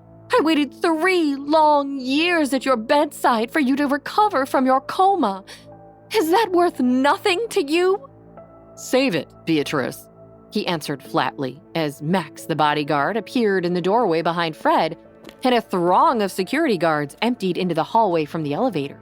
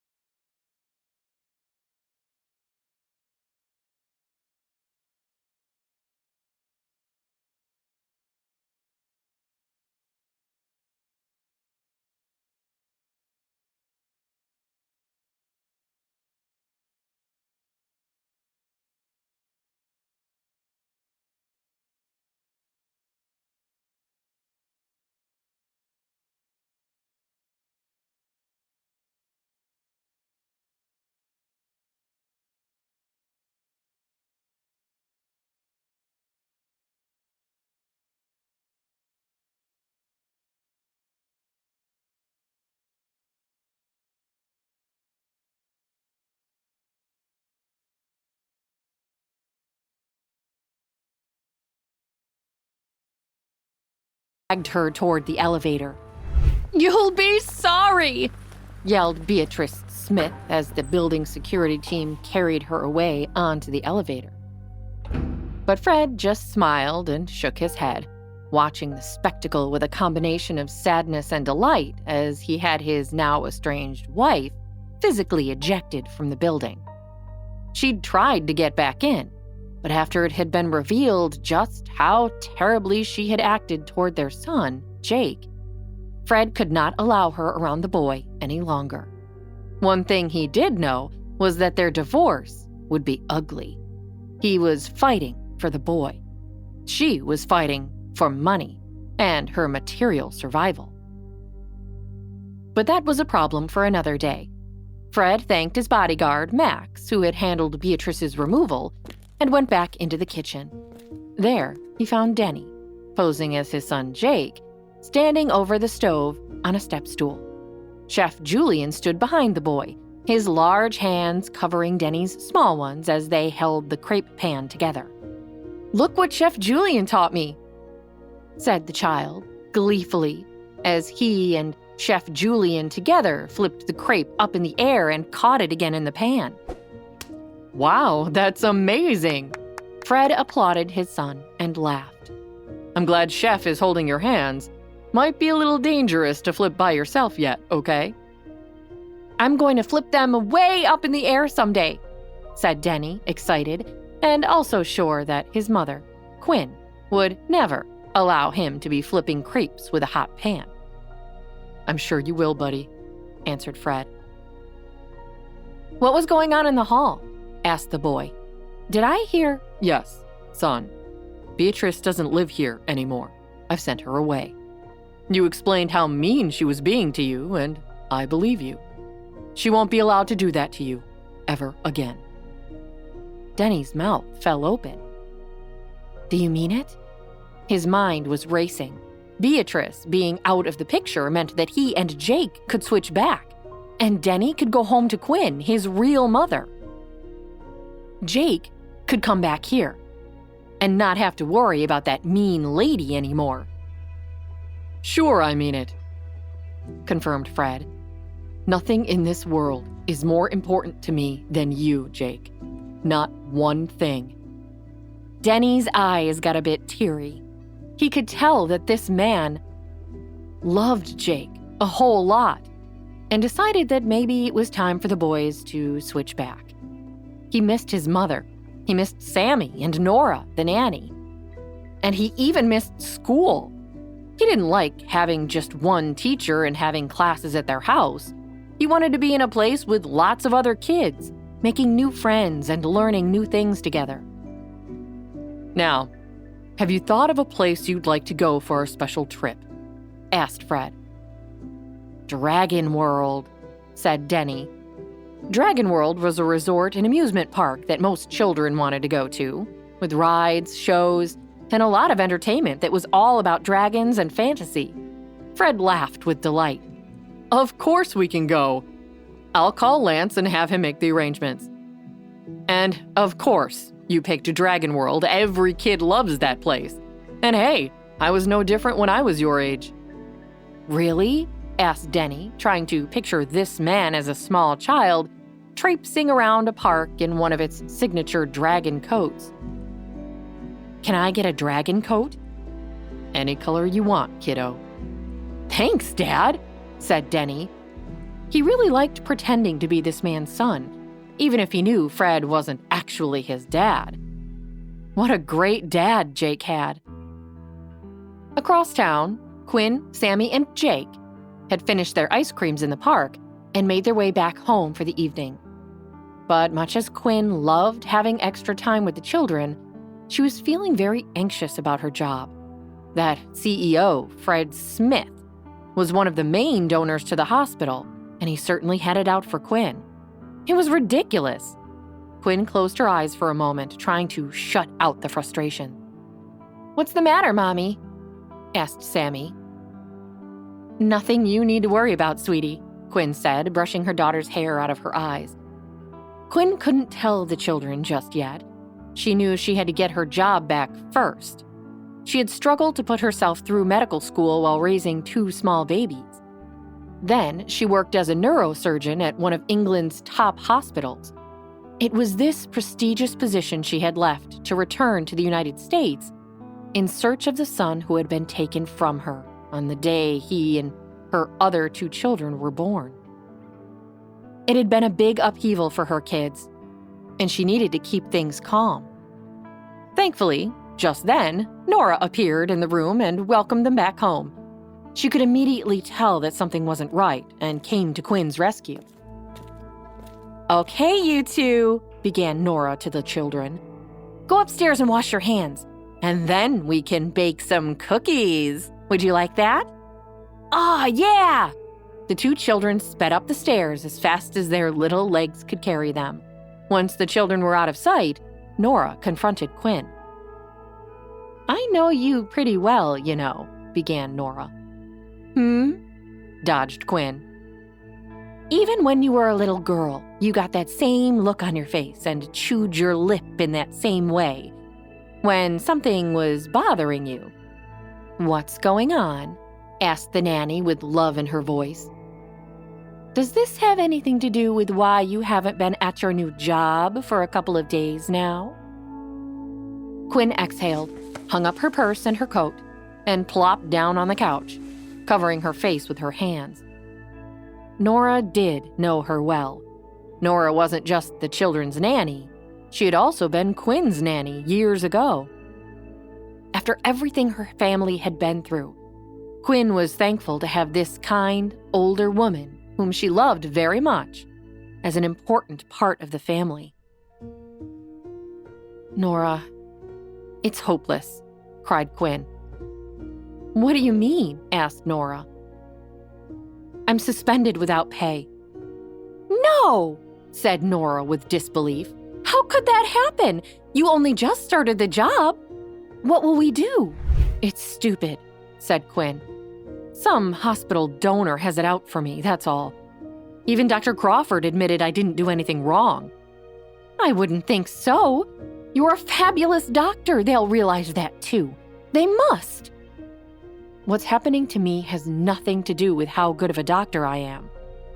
This is one guy with a chip on his shoulder who is trying to stick it to me," grumbled Quinn. "I thought you said your boss was nice," Nora asked, confused for a moment. "Dr. Crawford is great, but he can't override the hospital board no matter what he says. His hands are tied. It's just this one man, this Fred Smith, you know? The CEO of RexCorp." "That's a difficult spot to be in for sure," Nora answered, placing a caring hand on Quinn's shoulder. "I can't tell the kids just yet. Not until I get my job back. I think I will, right?" "You're sure to get it back if you haven't done anything wrong," said Nora. "Think of it as a vacation. In fact, why don't we all go somewhere to take our minds off it for a while?" "That's actually a great idea," said Quinn, her mind now swirling with ideas.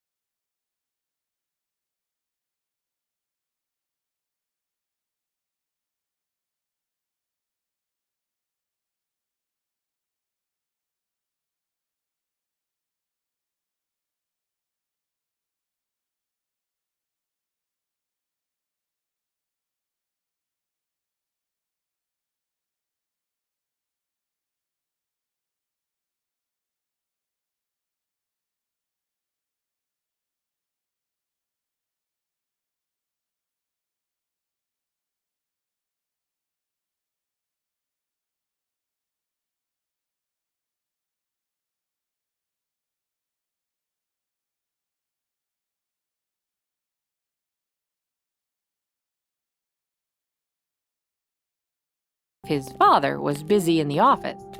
He then slipped into his father's room to answer the call. "Sammy?" Denny spoke into the phone just as Chef Julian disconnected downstairs. "No, it's me, Jake," the phone on the other end corrected, a hint of amusement in his tone. "You know, the guy you're pretending to be?" Denny brightened. "Oh, Jake! Good, you called. There's a lot you need to know. Not sure how you'll take it, but I think you'll be pleased." Jake's voice dropped to a whisper. "What happened? Tell me everything." Denny paused for a moment before answering. "Your dad threw your mom out, so it's safe for you to come back home now." "Really? Like, really? For real? Did he throw her out for good?" asked Jake, incredulous. It was more like the security guards who actually threw her out, but yeah, your dad's sending all her stuff to her. He changed the locks and everything, so we can switch back. I don't know how we do that, though. Your dad is taking me to Dragon World on a special trip. "Oh, wow! My dad's so cool. I want to go to Dragon World," crowed Jake. "Yeah, he actually really is, man," said Denny.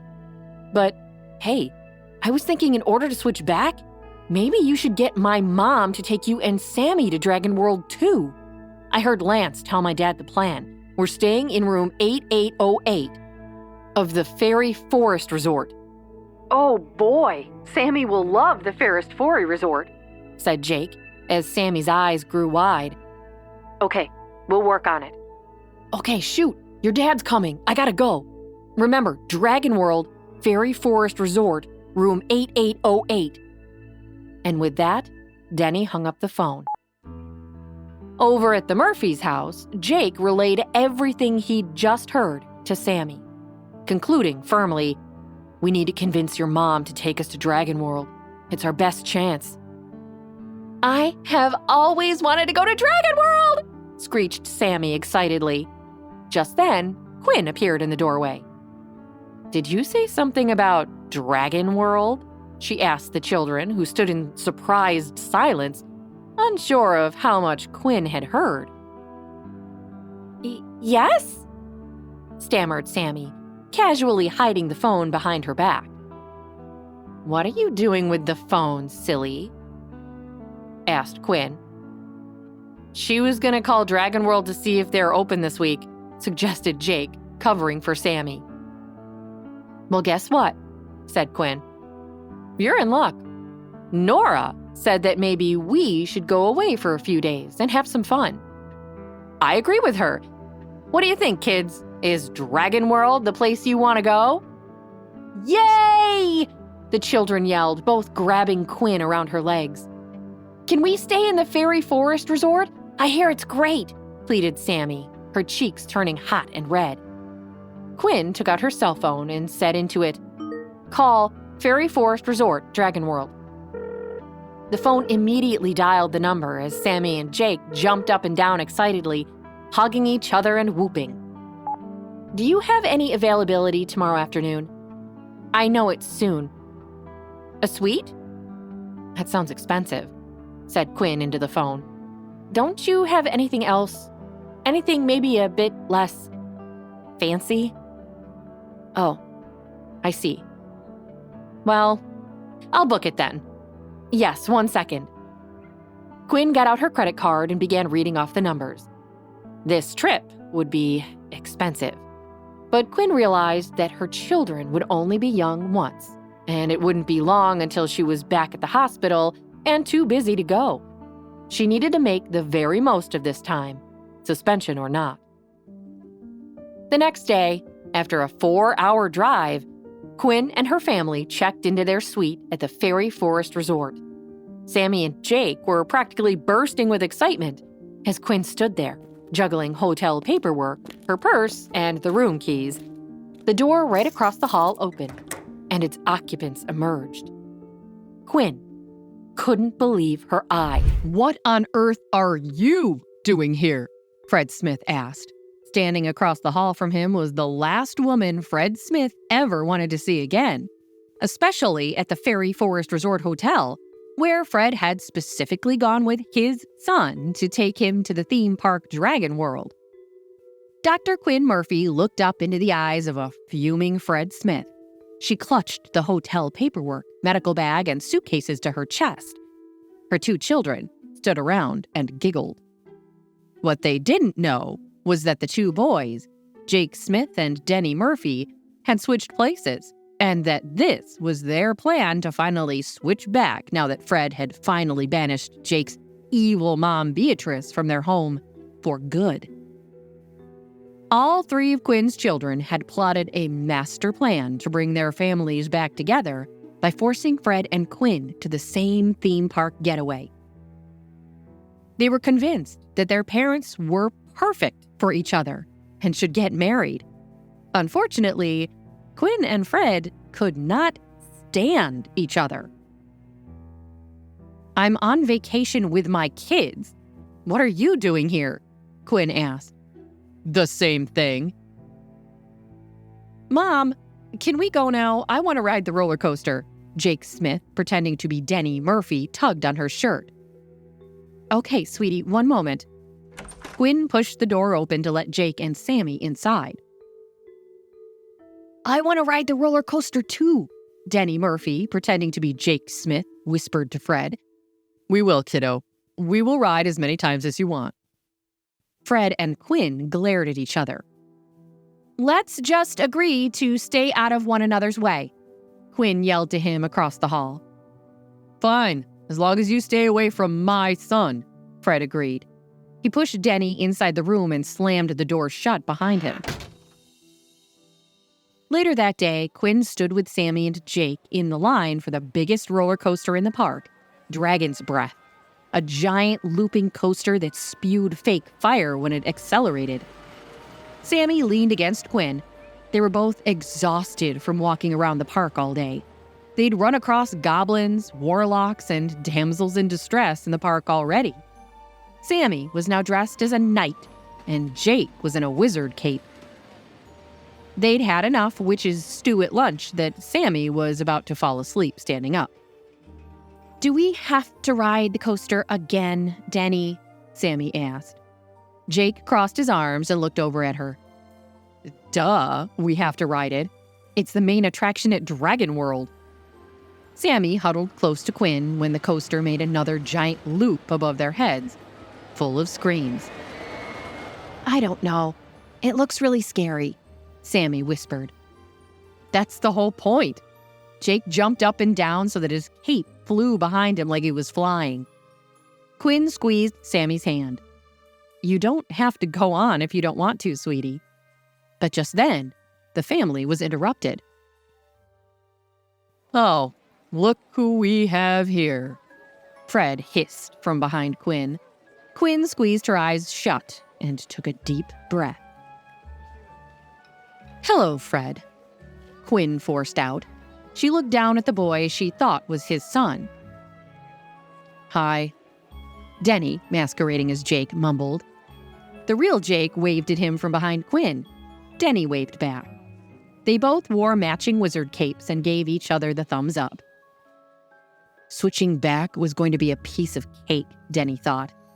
He couldn't wait to be back with his mom and his annoying sister Sammy.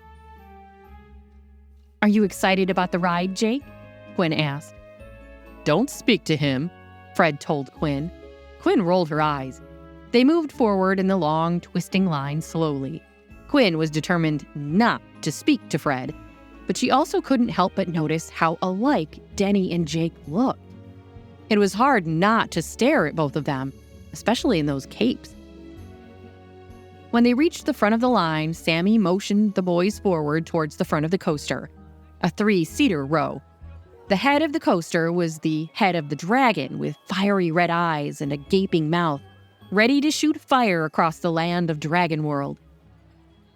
"We should all sit together," Sammy pointed towards the front.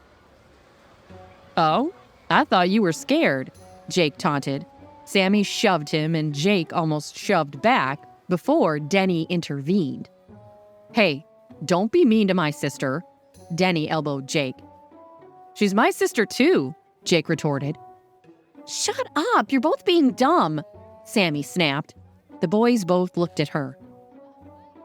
If we sit together, then they have to sit together.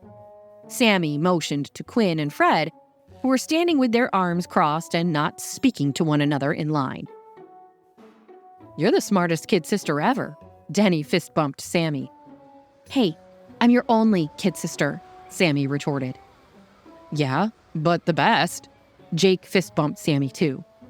Just then, a ride conductor in a wizard outfit motioned the three children forward with a wand. Step right up, kids, for the most magical ride of your life. Sammy, Jake, and Denny scurried forward and onto the front seats of the ride. They pulled the safety belt down over their laps. Sammy, are you okay up there? Quinn called from the back. I'm okay, Mom, Sammy yelled in reply. Are you sure? You don't have to ride with the boys if you don't want to. I'm okay, Mom, Sammy confirmed again. Quinn tried to step forward, but Fred shot his arm out in front of her. Let her be, Quinn. She wants to hang with the boys. I know my own daughter, Quinn glared. She didn't want to go on the ride earlier. Then they heard a scream from Sammy that stopped Quinn in her tracks and her fight with Fred from escalating further. Quinn and Fred looked at each other. In an instant, Quinn tried to leave her seat to get to the children, but the crowd was too dense. Fred grabbed a hold of her shoulder. It's fine. They're just playing about. You're not going to make it to the front. Don't tell me what to do, Quinn retorted. She hated how childish she sounded. It may have been slightly irrational, but Quinn knew Sammy's fears all too well, since she was also scared of roller coasters, even though she didn't like to admit it. Fred fought the urge to roll his eyes at her. He knew that if Jake were in trouble, he'd be doing the same thing, but he'd seen Sammy run to the front seats with the boys. She was having the time of her life with them. It was like they were all siblings. It was strange, Fred thought, how alike Denny and Jake were. All aboard, folks! This dragon leaves any second, the conductor said. Just then, Sammy screamed again, but this time, the scream soon turned into a giggle, followed by shouts from the boys. Quinn relaxed as the safety bars came down over everyone's laps with a mechanical churn. The coaster came to life with a dragon's roar and rumble that shook the whole coaster. See, she's fine. They're having fun, Fred said, hoping to allay Quinn's fears. Quinn nodded and tried to breathe while the coaster crept slowly up the track toward the top of a very high first drop. Quinn squeezed her eyes shut. What? Scared of heights? Fred taunted beside her while the coaster climbed higher and higher until the peak spread out in front of them. The other rides and coasters looked tiny in comparison to Dragon's Breath. Quinn thought she might pass out. Actually, I am. Fred's hand on hers forced her eyes open. He held her hand and yelled over the sound of the coaster and the dragon's roar. Keep your eyes open and let your body relax, or else you'll get sick. Quinn wanted to argue with him, but she was afraid she would throw up if she opened her mouth. Fred gave her hand another reassuring squeeze as the coaster tilted over the first massive drop, and Dragon's fire spewed from the front seat. She held onto his hand and kept her eyes open as the coaster dropped. The kids ran off in front of Quinn and Fred after the ride ended. They are definitely gonna get married, Jake high-fived Denny. Yeah, we just need to switch back, Denny told Jake and Sammy. Let's go on another ride. Then I'll say we have to go to the bathroom and then we can switch, Jake whispered. Good idea. They won't notice a difference with the capes. We just gotta switch our shirts. Denny motioned toward their matching capes. The boys jumped apart when Quinn and Fred approached. Come on, kids. That's enough fun for one day. Quinn waved them towards the exit. But we want to ride again, Jake whined. Tomorrow, I'm worn out, Quinn said. And you two need a bath. Stat, Quinn grabbed a hold of Jake and Sammy's shirts playfully to drag them towards the exit. Say, how about another ride, kiddo? Fred asked Denny, thinking he was Jake. I don't know, Denny shrugged. I'm kind of tired. Fred knelt down in front of Denny and gave his shoulders a squeeze. Oh, come on. One more ride, please, for your dad. We never get to hang out, just us. Okay, Denny agreed. Within a moment, the boys' plans had been ruined. Denny waved to Jake and Sammy, Quinn too. But right before she turned to leave, Denny, as Jake, rushed forward and gave Quinn a big hug. Fred wanted to be mad at Quinn for showing up on his vacation, but seeing how happy Jake was to see her versus how scared he'd been the last time he saw Beatrice, Fred felt himself softening towards Quinn. He also couldn't stop thinking about how nice it had been to hold her hand. Back in the hotel suite, Quinn ran a bath for Sammy and the boy she thought was Denny before she tucked them into bed. After her own shower, Quinn sat on the bed drying her hair with a towel when the hotel phone rang. Quinn rushed over to answer it before it woke up the kids. The front desk insisted that there was a medical emergency across the hall, in Fred's room, but Quinn knew it had to be his son Jake pulling another prank. Still, Quinn knew her duty as a doctor and took her medical bag across the hall. She had to stop herself from laughing when she knocked on the door. Quinn couldn't believe what a prankster Jake turned out to be, especially since Fred seemed so uptight. She wondered where Jake had got his good humor from because it certainly was not his hateful mother Beatrice either. Quinn could picture Fred's furious face when he saw her standing there, but she had to be sure that Jake and Fred were all right. Since when do I care about Fred Smith's well-being? Quinn asked herself. But when the door opened, her mind went completely blank as she took in the sight of Fred, soaking wet, with only a towel around his waist. Quinn, can I help you? Fred seemed more surprised than angry, which also threw Quinn off her game, along with Fred being shirtless. She was speechless. In fact, she was certain that her brain had completely turned off at this point. Fred Smith was much more handsome than she remembered from a few hours ago, especially without a shirt on. Be professional, Quinn thought, forcing herself to speak in a casual tone. I was called to help a patient. Fred rolled his eyes. Not this again. I know. Jake is such a prankster, but I promise you, I was called by a person at the front desk. Quinn insisted with her hands raised in innocence. Fred nodded and opened the door wider for her to enter. Jake was sad to leave you guys at the park today. I'm not surprised that he pulled another prank on us. Quinn shook her head. She couldn't be mad at Jake. He reminded her too much of Denny. Well, obviously we've been duped again. Perhaps he's the one obsessed with me, Quinn laughed. You're certainly more liked by Jake than Beatrice, that's for sure. She took long inhales and exhales. She was determined not to let Fred know that him shirtless sent her spinning out into fantasy land. Or how much it warmed her heart knowing that Jake wanted to see her again today. Jake? Jake, joke's over, son. Fred yelled his son's name and walked around the hotel suite, but he was nowhere to be seen.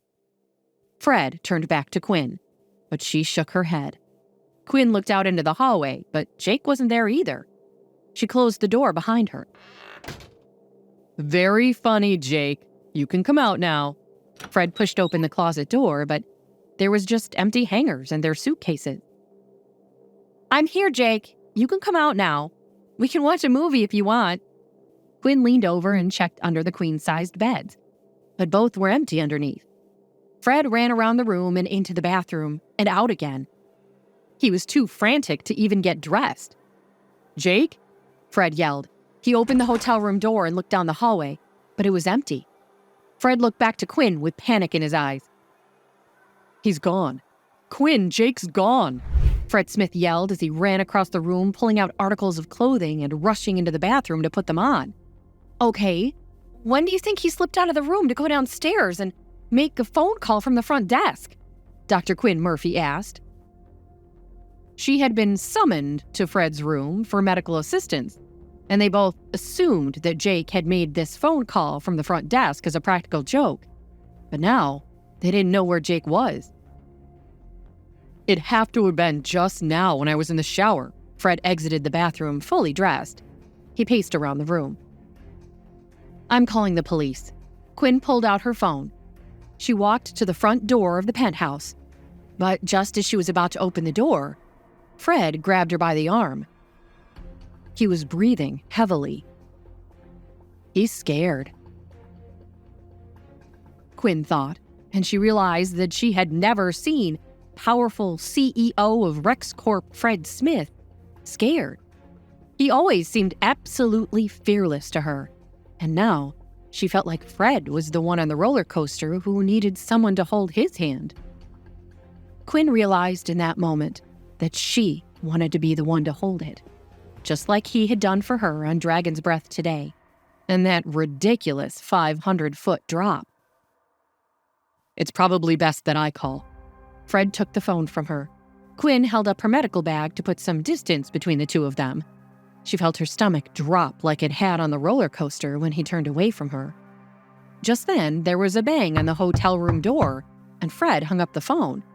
Fred reached for the door, hoping that Jake must have lost his key or forgotten it when he went down to the lobby to call Quinn over to their room. What a silly kid. Jake, is that you? Fred yelled through the door. Instead, Beatrice Smith, Fred's estranged wife, yelled back. Fred, it's me. Fred, please, open up. We need to talk. Please give me another chance. Beatrice? What the hell are you doing here? Called Fred angrily through the door.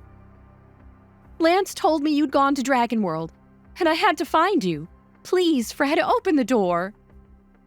Fred was so furious that he couldn't even speak. Quinn could hear Beatrice's dramatic sobbing through the door. Would that be Beatrice, Jake's beloved mother? Quinn asked. Fred rolled his eyes. He wanted to punch a wall. How could Lance have told Beatrice where they were? Fred, please, Beatrice wailed. We need to talk. Or at least, can you please just give me back my Amex? You can't just do this to me, Fred. I have rights. I have it. I don't have time for this right now, Fred yelled back. I have other more important things to deal with.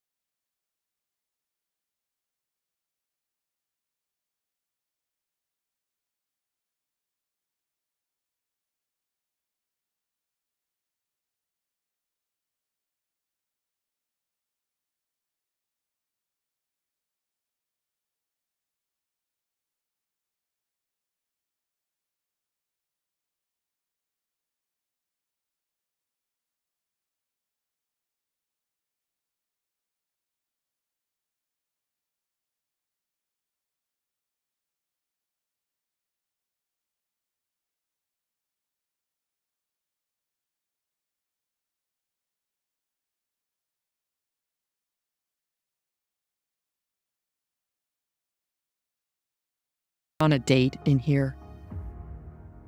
Excuse me? Quinn tried to walk away from Fred, but he yanked her wrist. Come on. If Beatrice thinks I've moved on, she will leave right now without a fight and stay away from Jake. I know her. Please, just help me out. Quinn paused. Fred did have a point, and she could see from the look in his eyes that he was desperate to get Jake's evil mom away from here, so that he could find his son. I know you hate Beatrice as much as I do, Fred insisted. Fine. But I'm not doing this for you. I'm doing this for Jake. Quinn relented. What a nice dinner we had tonight, Fred yelled behind the door. Quinn stepped closer to him and shouted, Yeah, such a romantic place you took me to, Fred. Dragon World. I've always wanted to come here. They waited. Beatrice wailed. Fred? What's going on? Is there a woman in there with you? Fred nodded at Quinn, urging her on. Quinn yelled a little louder. So romantic, Fred. I cannot wait for another date with you. Beatrice wailed in response. Great. Could you laugh for me like you did before? Fred whispered. Beatrice never laughs, on principle. It will drive her crazy. Quinn had to agree. She had never seen Beatrice smile before. She wasn't sure Beatrice even knew how to smile. Quinn let out a small fake giggle. Fred laughed loudly in response at how fake she sounded. Quinn glared at him. Fred forced himself to take a deep breath. Sorry, but is that all you got? I know you have a big cackle when your kids are around. Well, sorry. It's a little hard to laugh on cue, Quinn snapped back at him. Fred leaned down and tickled her. Quinn tried not to laugh, but she was incredibly ticklish. A few high-pitched giggles escaped from her lips. Beatrice screamed through the door. Right! Who is she? Fred motioned upward with his hands. Come on, a little louder. I will. Just stop tickling me. I'm going to pee myself. Quinn forced it out. Fred chuckled again, and this time, Quinn smiled at him. A genuine smile. Quinn took a long breath in and out. She looked up into Fred's eyes. This feels so normal. It's nice to be with him, Quinn thought. Quinn couldn't believe she was enjoying Fred's company. Not long ago, they were at each other's throats, locked in a bitter feud. Now, it felt like they'd known each other for decades, a comfortable ease settling between them. Was this fate? Were their children somehow orchestrating this unlikely alliance, pushing their parents towards each other? How would Beatrice react to this unexpected camaraderie? And what secrets did they both still hold? Would they ever truly know the real Fred Smith, the man beneath the ruthless CEO facade? And would he ever truly see her, Quinn Murphy, as anything more than a convenient ally in his war with his ex-wife? Hey, I'm Jenny. If you're wondering what happens next, download the Pocket FM app now and listen to the exciting episodes of A Mother's Battle.